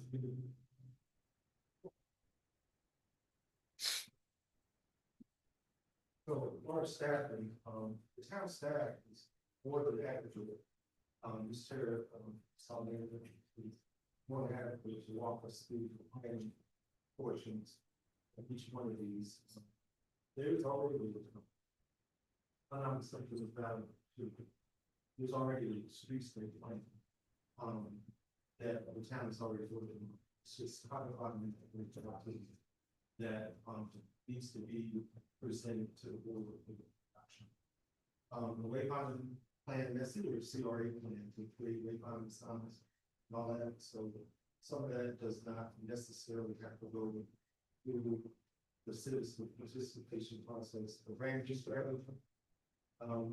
We're kind of doing that right now. In our presentation tomorrow, we've already looked at 2 videos that there. That visit our land book that's already been. And that helps us with our branding opportunities. And we explore that a little bit more in depth as we do those actual points. So those are things in control internally with administration to what really is to say. The historic interpretation plan, that's some of that work has already been done about historical work. On properties and all that stuff. So they're having their participation process now. So once the council gets their information, it'll go into that. So we can actually follow what we consider historical and how we marketing that for tourism. The visitors, the capital improvement, everybody already took days. You already do that every year. The budget process, parking strategy. That's something that started. See, in the purchase of the old housing that's put down. That originally was supposed to be park, right? But nobody really done parking throughout the town. So that definitely need to be done and had to be administered. Focus again to have some input, wants to give. So I'm going to yield to the argument so we can use the. Thank you, Mr. Johnson. Yeah, you say about Mr. Johnson. So this has been a collaborative approach. There has been a lot of talks going on, and we're going to keep it short between the CRA and the town. We're working collaboratively. We're going through and we're making a lot of these things come to light. But when it comes to like, it's taking us time to get policies and procedures in place in order to make it happen. So a lot of funding and opportunities that we have not been afforded in the past is because of the collaboration and feasibility studies and all that. But all those things right now, I can tell you all are in full straddle mode right now, even besides TDT. TDT is gonna be a sweetener on top of it, but there's a lot of opportunities.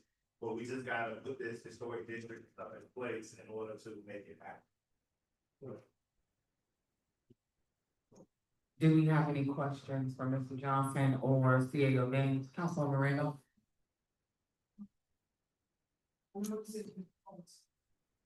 Saw this before.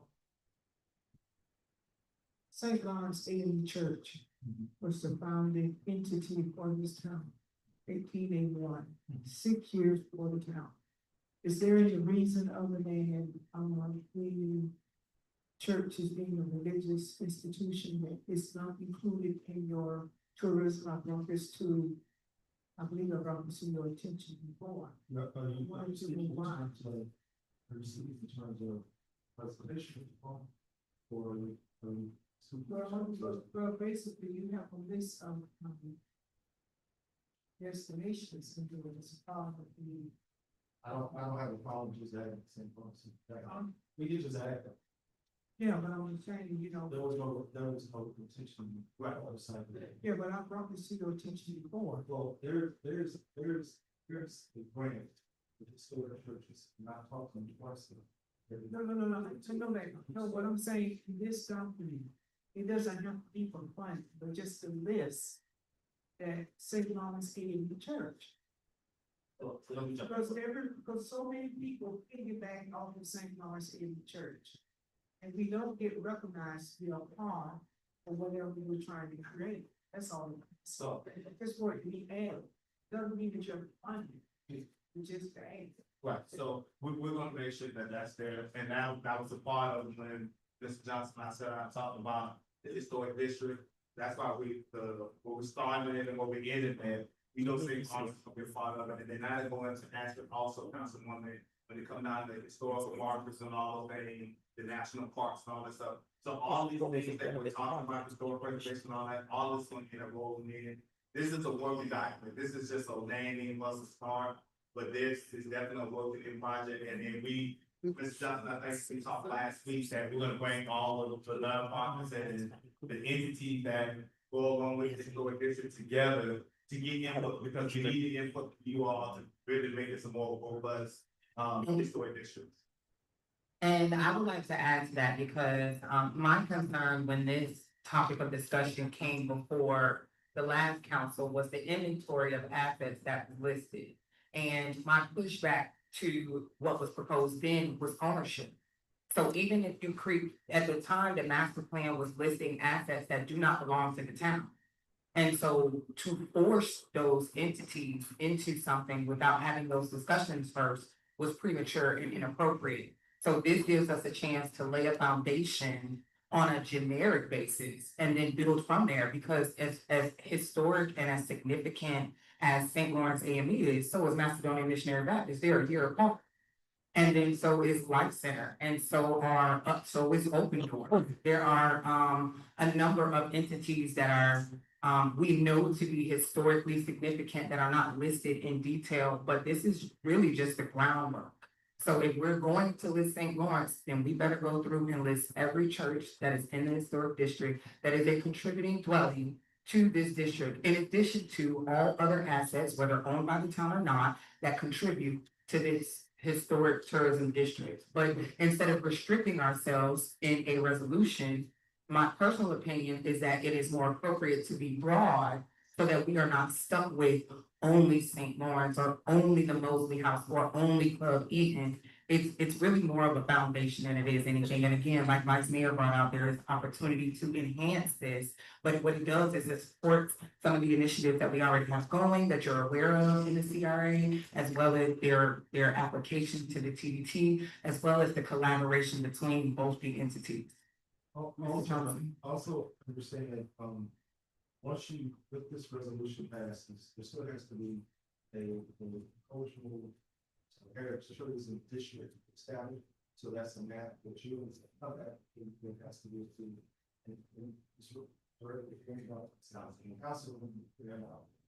It will include some months in that, which we've talked about. What that will really, but we can make up sure, see, to create that. And additionally, if I can also add to your point, Councilwoman, the Historic Preservation Board is, and I know you're the only one I see in the meetings with me, but no shade, y'all. The Historic Planning Board has completed their survey. So the draft of that is out, which I think plays right into this. So some of those ones that we did not list individually, they have covered in their survey. I know they have a draft of it right now, and so it's not final. I know that final conversation is coming from them. So that's why I said that collaboration with like the CRA and the historic preservation will be key so that we can identify those components and add them to our asset base and inventory base for that district. But just as a groundwork. I got more comment than anything. Yes, First sir. of all, thank you, Ms. Johnson, for all your leadership and all your continuous, progress that you continue bringing to the town, man, especially with protecting the, legacy of our town, man. I think it's important that you get, everything in place, and I know how diligently you've been working on this particular project right here to get it done, and I'm glad that it, got approved, but we got so much more to do, with this particular, feature out here, so hopefully we can move forward with doing something that's gonna make sense, for our kids, and, you know, just brighten the future of, the town of Eatonville, especially with everything that's coming down the pipeline, man. It's gonna help us significantly, man, so, thank you for everything that, you brought to the table, man, that you will continue to bring, so I appreciate you. All right, if there are no other comments or questions, the motion has been moved and second. All in favor of the approval of resolution 2026-45, please signify with aye. Aye. All opposed? Motion passes. We are now ready for reports. CAO.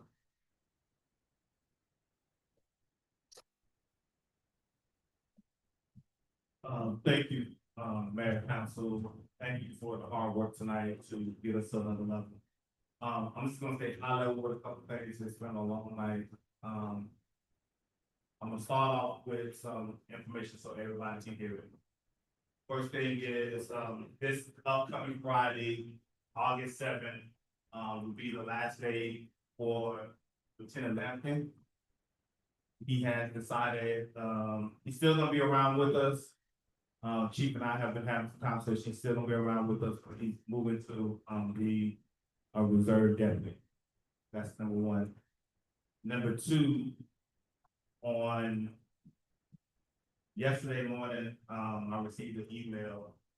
And after 25 years of dedicated service to the historic town of Eatonville, our finance director, Ms. Katrina Gibson, has decided to retire. And her last day will be August 23rd. So thank you, Ms. Gibson, for all you have done and endured during this time.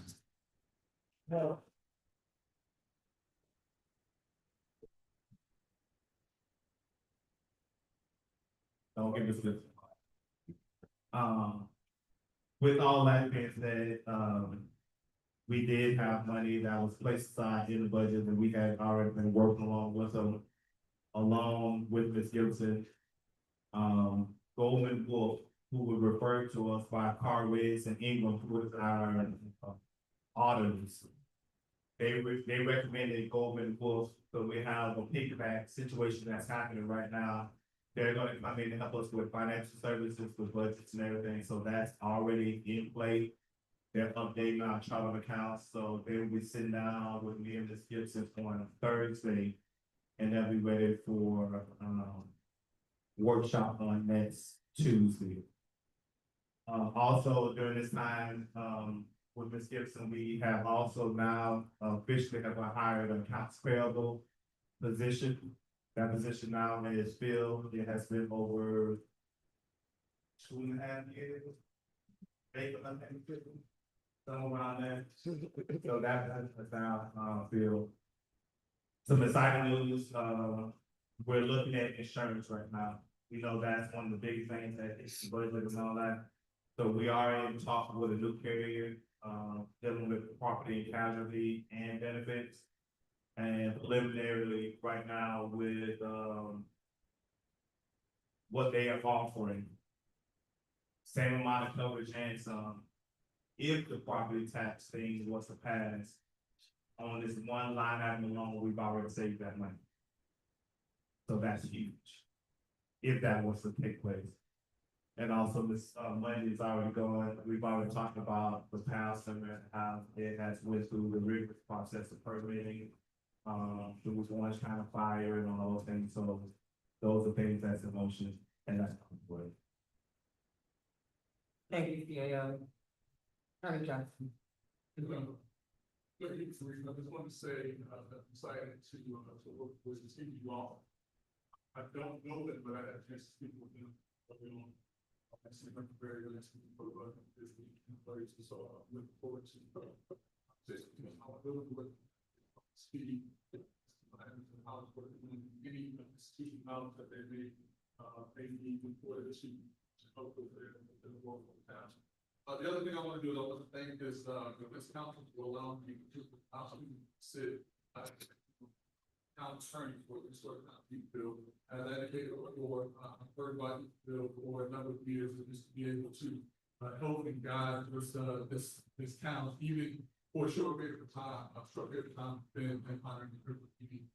The next thing is that I look forward to helping this town to put together plans and implement procedures that are going to be worthy of this town and the development that will be taking place in the years to come. And working with everyone to do that.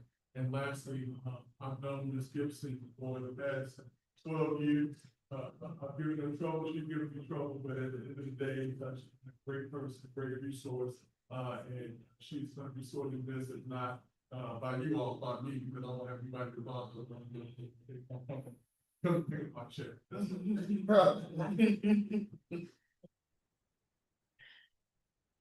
Ms. King. Thank you. Just a couple of reminders, get out and vote. This is, time for early voting. And then also, just want to remind council by consensus, you all did, agree that we will have our first budget workshop on August the 11th, which is next Tuesday at 5:30. So you will get some information, but I wanted you to all know that it will take place here at the Denton Johnson Center, due to the early voting. And then also, I will be getting with you, Councilwoman Jordan, so we can do our final review of our, scholarship program. With that being said, you all have a good night. Thank you, Ms. King. Councilman Matt. Okay, sure. Yeah, thank you everybody for coming out this evening. I really appreciate everybody coming out during the days and council and, town business. Top of my list, I would like to give my condolences to anybody that have suffered in the loss so far. I know there's someone very close to me that have passed in this, community. His name is, Kurt Sapp. We'll be burying him on, this weekend coming. He's gonna be truly missed, man. I had an opportunity to grow up with him all my life as a childhood friend. And my hearts and prayers go out to the South family if you're watching. And also early voting, like Kurt said, early voting, man, take advantage of it, man. It's an opportunity. Get out, make the vote count, don't make excuses. Especially when things are not going the way that you want it to go. So this is your chance to go out and make that opportunity to turn that new leaf if that's what you want to see. It's your choice. Also, thanks to all the presentations tonight. Dr. Phillips, as usual, I really appreciate everything that you guys bring and updating us. Also, all the department heads. Thank you. I think every department head does a sensational job of what they do on a daily basis, considering how tough their jobs often can be at times. So I got a great appreciation for everything that they do. And host that. They're supposed to make a presentation, but like I said, we got a business to conduct here. And if Manning is watching right now, I gotta continue holding you accountable, especially when you've been, doing construction in this community for some time now and have yet to come to a completion. Or you can give us an OC on when you're gonna be completed. So please, if you're watching, we need to speak with you. We need you to come to these meetings that you say you're gonna come to and give us, some kind of clarity on what we need to know, because I got a lot of questions. And, speaking of host dime, I know we got some infrastructure issues that we need to deal with. These are the questions that I asked, the, CAO, but I'll get them at a later date. But these are important issues that we need to tackle sooner than later. And also, congratulations to the 6, applicants. And hopefully all of them can be recipients of getting the scholarship money. And I must say, my son opted out because he would like to see the kids that are in college, that are not in school like he is. He's on a full scholarship, free of charge, don't pay for anything. So he would like to open that window for other kids to get more money. So that's big of him to do that. So I got a great appreciation for him taking the stance on doing that also. And I know Miss Money's not here, but I gotta thank her and God bless him. That's former Mayor Cole for making us sidewalk project happen the way that it's been happening in this community. That was his baby. And if his kids or families watching, man, you know, that's him. And it makes me feel good knowing that he did it, man, because I know how much he loved this community, and he would love to see that. He's not here, but he would have loved to see when sidewalks get installed. And I know how passionate he was about it. So thanks to the company that did it. Thanks to Ms. Money for fulfilling the need of just, just piling along to make that happen also. Also, the update, Chief, you don't have to give it to me now, with the DOJ police building down in Catalina Park. I know we spoke about it on last meeting in terms of when it's gonna be in completion. I don't know where we're at with that. Maybe you can kind of speak on it a little bit if you can. Yes, sir, there was some fire marshal need to be completed, the paperwork's been done, the county, put all that, so as far as I know, this money will move it forward, so we should have a date here short. That was the whole up with the part of the county. Okay, thanks so much. Yes, sir. Appreciate it. Okay, it'll be really brief here, guys. Founder's Day, I know Mayor should have probably go ahead and discuss that, so I'm looking forward to hearing her report when it comes to Founder's Day. Looking forward to participating and being involved with it also. And also, I think we need to move forward with selecting someone to sit on the board that I had an opportunity to sit on, not only as a board member, but I'm the first elected official from the town of Eatonville to actually chair that board, which is the Community Action Board, which is in Orange County. I think it's a very prestigious board to sit on. I think we need to get one of our members up here, select someone to go and sit on the board because it's so informational that you can go over there and get so much details on what we can bring back here to strengthen our community as well, because it's an Orange County thing. So I had an opportunity to bring a lot of different things back to this platform and give to my citizens and to help them out tremendously. So it would definitely be a great fit if we get someone up here, whoever it is, because I had an opportunity to sit on there 5 years and chair 4 out of the 5 years that I sat up there. So hopefully you guys can move in the same direction that I moved in and bring that information back to our community. So let's move forward with, possibly going in the direction of selecting someone to do that. And congratulations to TG Law firm. I believe in giving people an opportunity, and you guys sold stuff to me. And I got a great appreciation for it. But what the neat thing about it is, we are in a position right now to rub elbows with people and go out there and create relationships that's going to be long lasting. I'm good friends with a lot of people that I went to school with 40 years ago, and I'm still great friends with them. So I think if we can collaborate and collectively come together and work together, we're better together than apart. And one thing about a house, a divided house will fall. So I want to make sure that we're moving forward. We're doing things that's going to be like-minded. I know we're not going to agree on everything, and we do make tough decisions up there as legislators and as leaders. I've been doing it for the last 11 years, man, and I will continue doing it. And I'll just leave that like that. So also congratulations to Attorney Jackson for becoming a magistrate. I think you do a sensational job of just, giving us all the details that we need to know on the other side of CRA, which we got a great appreciation for. And now you're serving as magistrate, making sure that we're gonna move forward with getting things done in a timely manner, and not just a timely manner, but getting things done correctly. So thank you, and I know this is something that we've been positioning ourselves to have for some time now, but we never got over that hump of doing it. And I have to give my kudos to Mayor Cole again. God bless him for being one of the main ones that initiated. You know what I'm saying? But it came to full fruition now, and I'm grateful and thankful that we are in position right now to have a magistrate while we can get some things done from a code enforcement perspective. So thank you, congratulations. And also, last but not least, man, I can't say enough words. The 11 years I've been sitting up here, and the 25 years that she's been working for this town.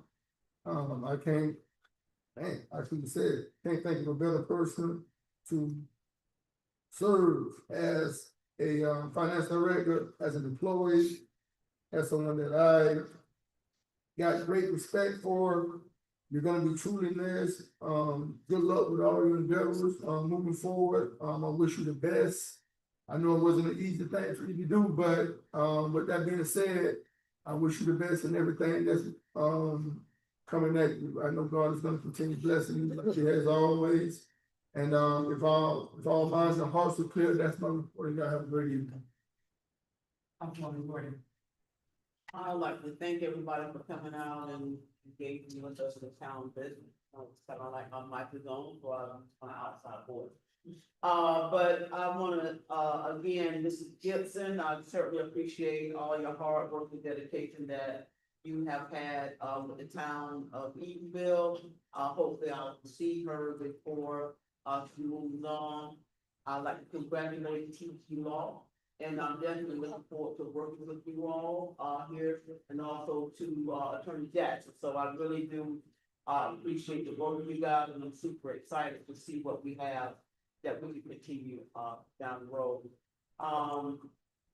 Very happy to see the town and the CRA, have this collaborative effort as we move forward, in terms of, the, historic, cultural historic district. And also tomorrow, I know you guys are going to present for the TT Advisory Task Force, so best of luck.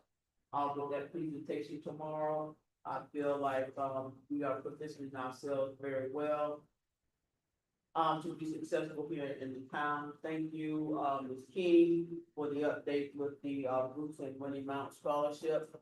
I'm going to look forward to meeting with that. And to all of the department heads, I really appreciate all your hard work. Mr. Washington, pardon me, you know, I just got a love for recreation. I could say nothing perfect, but it is. You heard me. Yeah, it is. I just have a love and appreciation for it. And the kids and the seniors, there's just a group of people that are near and dear to my heart. And again, if there's anything that I can do with that, you know, arena, please let me know. Don't hesitate. I'm here for it all. And that is my report. Thank you. Thank you, Councilwoman Randolph. First of all, to thank everyone for coming out today. She's gone. She's been here for a while. I want to thank her for her time and services. Congratulations to both of our legal partners here representing the town. We appreciate your efforts and look forward to working with you. All right, couple of things. I wanted to find out, we been talking about the budget on the 11th. I wanted to get CAO, do you need any information from council members for the budget that we need to send to you? Actually, yes, Councilwoman, any of your legislative objectives or anything that you would like to see, definitely get that sent over to us. What we're doing now, we're in the process of what it's already done. We looked at the last 3 years of revenue and expenses to give us a baseline, and then looking at towards whatever you may need. As tonight, as we talked about the Robert Woods, as the mayor talked about, this is the perfect time for you all to tell us so we can put those items into the budget, so there will be no constraints going forward. Okay, thank you. Also, I just want to mention that the town of Eatonville is celebrating the 130th anniversary. St. Lawrence is celebrating 145 years. We're doing it on the same weekend. Because that's the way the dates were back then in 1881, 1887. Because it was a nucleus of some of the same people as far as the beginning of the town. And at St. Lawrence, our anniversary is going to be on Saturday. We will have a display. Mayor, I just want to make sure that you invited in the town council in the whole town. We will have a display of St. Lawrence artifacts from the past for everyone to come and see that at the church. It's located at 549 East Kennedy Boulevard. That will be from 10 to 2 o'clock, and I'll make sure that the council gets the information by email. On that Sunday, we will have 145th anniversary service on that particular day. So we want to invite everyone to come out for that. A new discovery, a new addition to the artifacts of the town, beginning of the town. And I don't know if Ms. King can pull that up. If not, we have a church bell that there it is. And that's my love. I've been working on this project for a little over 2 years. And this church bell is the symbol of the town. It was brought to Eatonville by Louis Lawrence, who is actually a very prominent, wealthy man who donated acres of land to St. Lawrence as well as to others. So this bell is a new addition to the historic Eatonville. It was the beginning of the town, the beginning of the church. And I'm working on some projects and get with some other individuals to see if we can get that funded so we can hang the bell. So we're going to put a lot of emphasis on that because people would like to come and see the bell. This is going to be almost like the symbol of the Liberty Bell, which is in Philadelphia. So so it's going to bring people here as well. So just want to make sure you're all aware of that. If you'd like to be a part of the project, we will just let you know. I do have a concern. And now I understood the other day what Councilwoman Thomas had mentioned about logo. I was headed down the street and something is going on with our logo. I've seen 2 incidents this week. Big logo like this is on the side of the building. Want to know how did that building get this size logo on the side of it? You know? It's a painting. It's a painting. Oh, it's a painting? Correct. Okay. Okay, so it's not really our physical logo that they receive from the town. But I'm saying here, let me just say this, let me ask a question, if I'm getting ahead of myself. Are others permitted to use our logo? Cause I saw someone today that had a logo like this on the side of a car. So if those kind of things are going on, that people are painting our logo on their private property, then that could be, because that would indicate that that particular vehicle could be a service vehicle for the town. And that would be very misleading, and not only that, that would be something that I think will be not a very safe measure, because when people see an official vehicle with a logo on it, without even checking, that's how things happen, all right? So I was asking a question, what are we doing to protect our logo? Yeah, my instruction was, my alley was coming to Attorney Jackson while I was still here. I know this came up at the last council meeting, and not to take over Councilwoman, but I know this was brought up at the last one, and there was conversation about an ordinance that was passed. And I believe copyright was a part of that conversation. Do we have all that information to speak on that at this time? Trademark, yeah, do we know?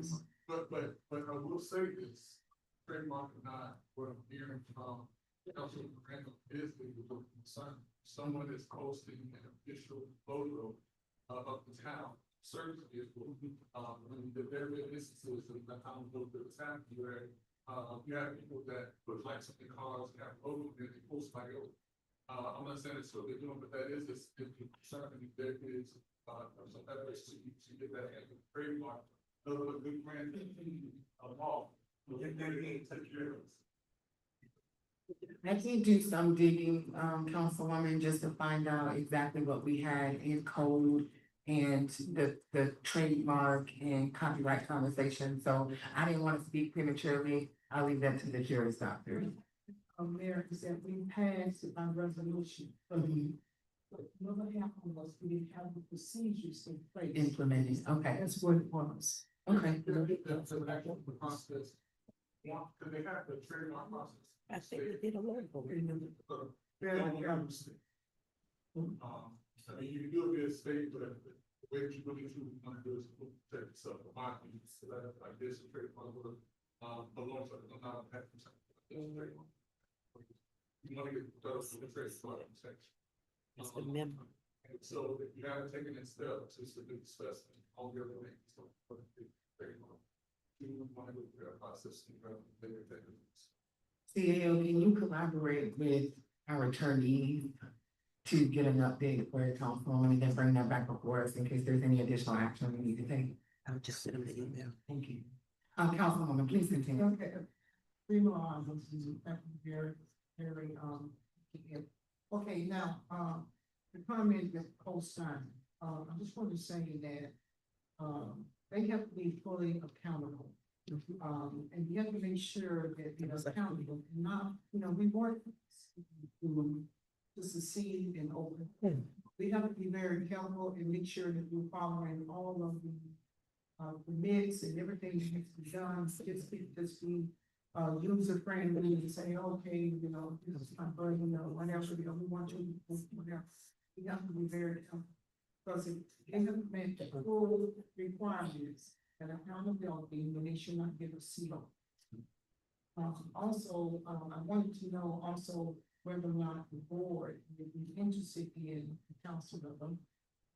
Historic preservation presentation, Miss Melissa, just from the National Trust, when she came the last time, she was not aware that she only had 15 minutes to present the historic preservation, but since we're talking about tourism and heritage, we're moving forward without a lot of education about what historic preservation is all about. So we're trying to get more so that we can all aware of things that we should know as legislatures in town meeting bill.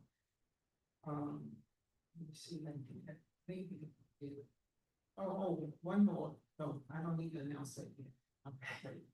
Okay, other than that, that's it. Thank you all very much and have a wonderful blessed day. And hope to see you at the church for the celebration as well as the town. Thank you. Thank you, Councilwoman. Vice Mayor. I just want to thank everyone for coming.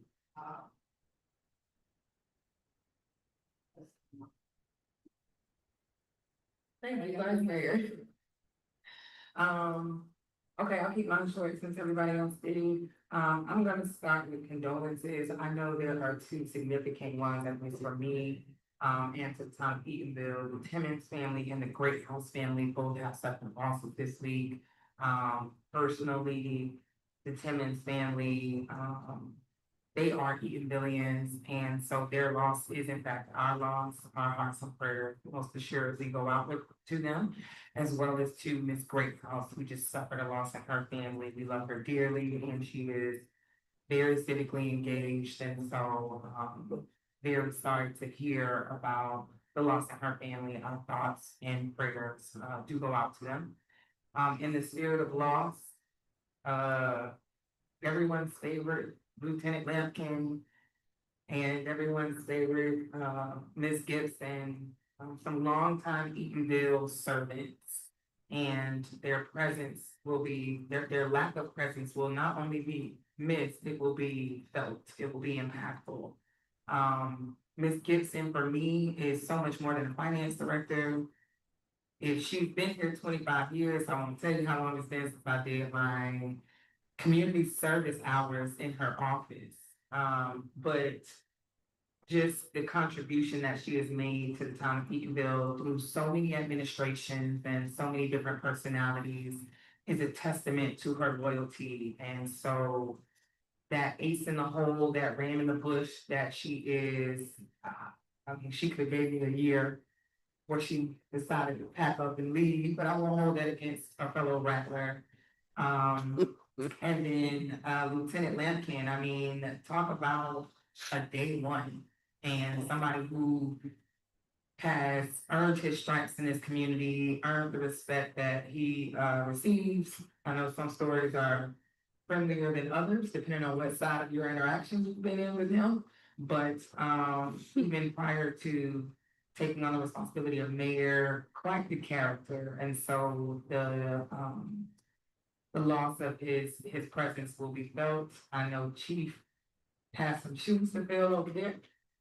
And so I'm excited to see, you know, who comes in, who moves up the ranks, who's next in line to serve this community. PG Law, welcome to the town of Eatonville. On the administrative side, I'm glad you're here to handle some of those administrative weights that we deal with on a daily basis. I think your resume spoke for itself, the diversity in your firm and what you bring to the table from experience. I think Attorney Jimmy, you said that it is your life experience that makes you guys the most qualified, and I strongly agree. In a community where we are self-governed, we are people first and politicians second. And so to have that and to couple that with the legal guidance that your board certified attorneys can provide is priceless. So I am very excited to have you on board.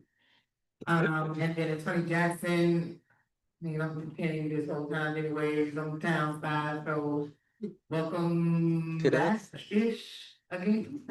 Glad to have that position filled. I know we have some voids in the code enforcement department. And so to be able to address some of those concerns that this council has brought up on a number of occasions will be definitely productive. Very excited about that.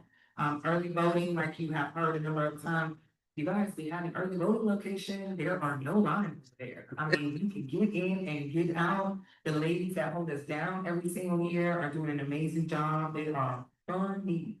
I mean, from the moment you walk into the door to the ballot, to the way back out, they are so warm. And such a pleasure to have them here. Again, those hours are 9 AM to 7 PM through early voting. Yes. 9 AM to 7 PM up until the 16th, which is a Sunday, so even after you go worship, you can come put in your work in the ballot box. In the voting booth. On And- election, Yes, on election day, it's 7 to 7. on election day, which is also here in the town of Eatonville, 7 to 7. Make sure when you go, you shout us out.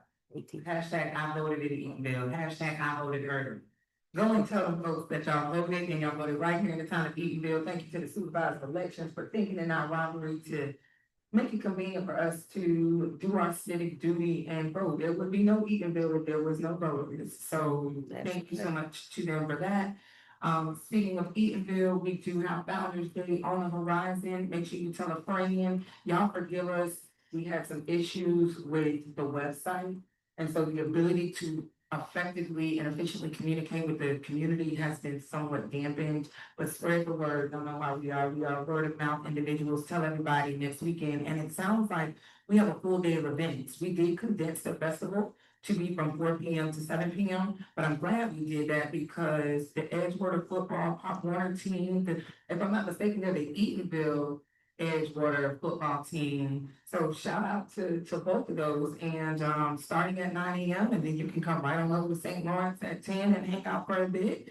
And then you can miss the 2 o'clock afternoon showers and come on back out at 4 o'clock for a good time on the lawn. Friday night, we are doing dust tracks on the boulevard. So if you are familiar with our infamous Zora Hurston, you will know that her autobiography of 1942 is titled Dust Tracks on a Road. And so we're taking a spin on that. All of our activities will be in the Hungerford Field. If you are not already aware, there was a save the date that came out in the water bills today. You should have seen that. There will also be more information. Ms. Faith has done a good job in getting that website all those kinks worked out, so there will be volunteer sign up, vendor sign ups, and some sponsors this way. Help us have a good time. But Friday night will be, if you guys remember Eatonville, that kind of vibe, some poetry, some comedy, some live bands, just a little bit of light bites and some free fun. So, tell a friend, tell a neighbor, tell a visitor, come on out and celebrate 139 years of the town of Eatonville. And I'm gonna throw this out. I said I wasn't gonna do it tonight, but I'm gonna throw this out. We are looking at the 140th anniversary, and the theme of this year, while we are honoring our past and building our future, is very much the road to 140. So you will be hearing more, you will be asked for feedback on what you would like to see next year as we go big. So it's a little appetizer this year, but we're saving some room for next year. We've got some big plans that we want to see happen in celebration of such a milestone. So as you celebrate with us this year, keep next year in mind as well. Meet and greet, Macedonia, 5:30. Perfect time to pull up and ask some questions. The hard ones too. I mean, Dr. Phillips is putting themselves out there. This is the perfect time to hold their feet to the fire and ask some of them questions that we have had at the dinner table, at the Domino's table, underneath the tree. Let's come on out. I heard they feed us. Let's come on out at 5:30 to take advantage of that. And first day of school, and I'm pointing at I'm pointing at Councilwoman Jordan because while our babies are going back to school, her baby's going back to school too. So shout out to our educator right here on this council. We wish you and our students an amazing and productive year. Don't let them drive you crazy. We know you're gonna get them right. And then I will leave us tonight on this note, in response to your comment, Councilwoman Randolph, about the National Trust. And again, I know you and I sit in those meetings and find great pleasure in it. There have been administrative conversations with the National Trust. Like I said, we know that they are about halfway through the grant that we've received from them, so they are ready for the next phase. We're getting everything together for them to do that, which is why the survey was such a big deal. So I can assure you that there will be some collaboration, and once the Historic Preservation Board has a chance to thoroughly review that, you can guarantee that they will be invited to speak to us. And I invite the council to pull up on second Thursdays at 6 o'clock. First Thursdays, planning is on in a second. First Thursdays, 6 o'clock. This Thursday here at Dick Johnson as well, to come out and hear the business of the Historic Preservation Board. It does have a direct impact on what we're doing, and being able to balance historic preservation with economic development or the future of this community is going to take some leadership from this council. So I encourage us all to come and get educated. With that being said, that is my report. If there is no other business, I move for adjournment. So move. Second. So they moved in second, all in favor of adjourning, please signify by aye. Right, it is 10:27, we are adjourned. Oh, thank you so much.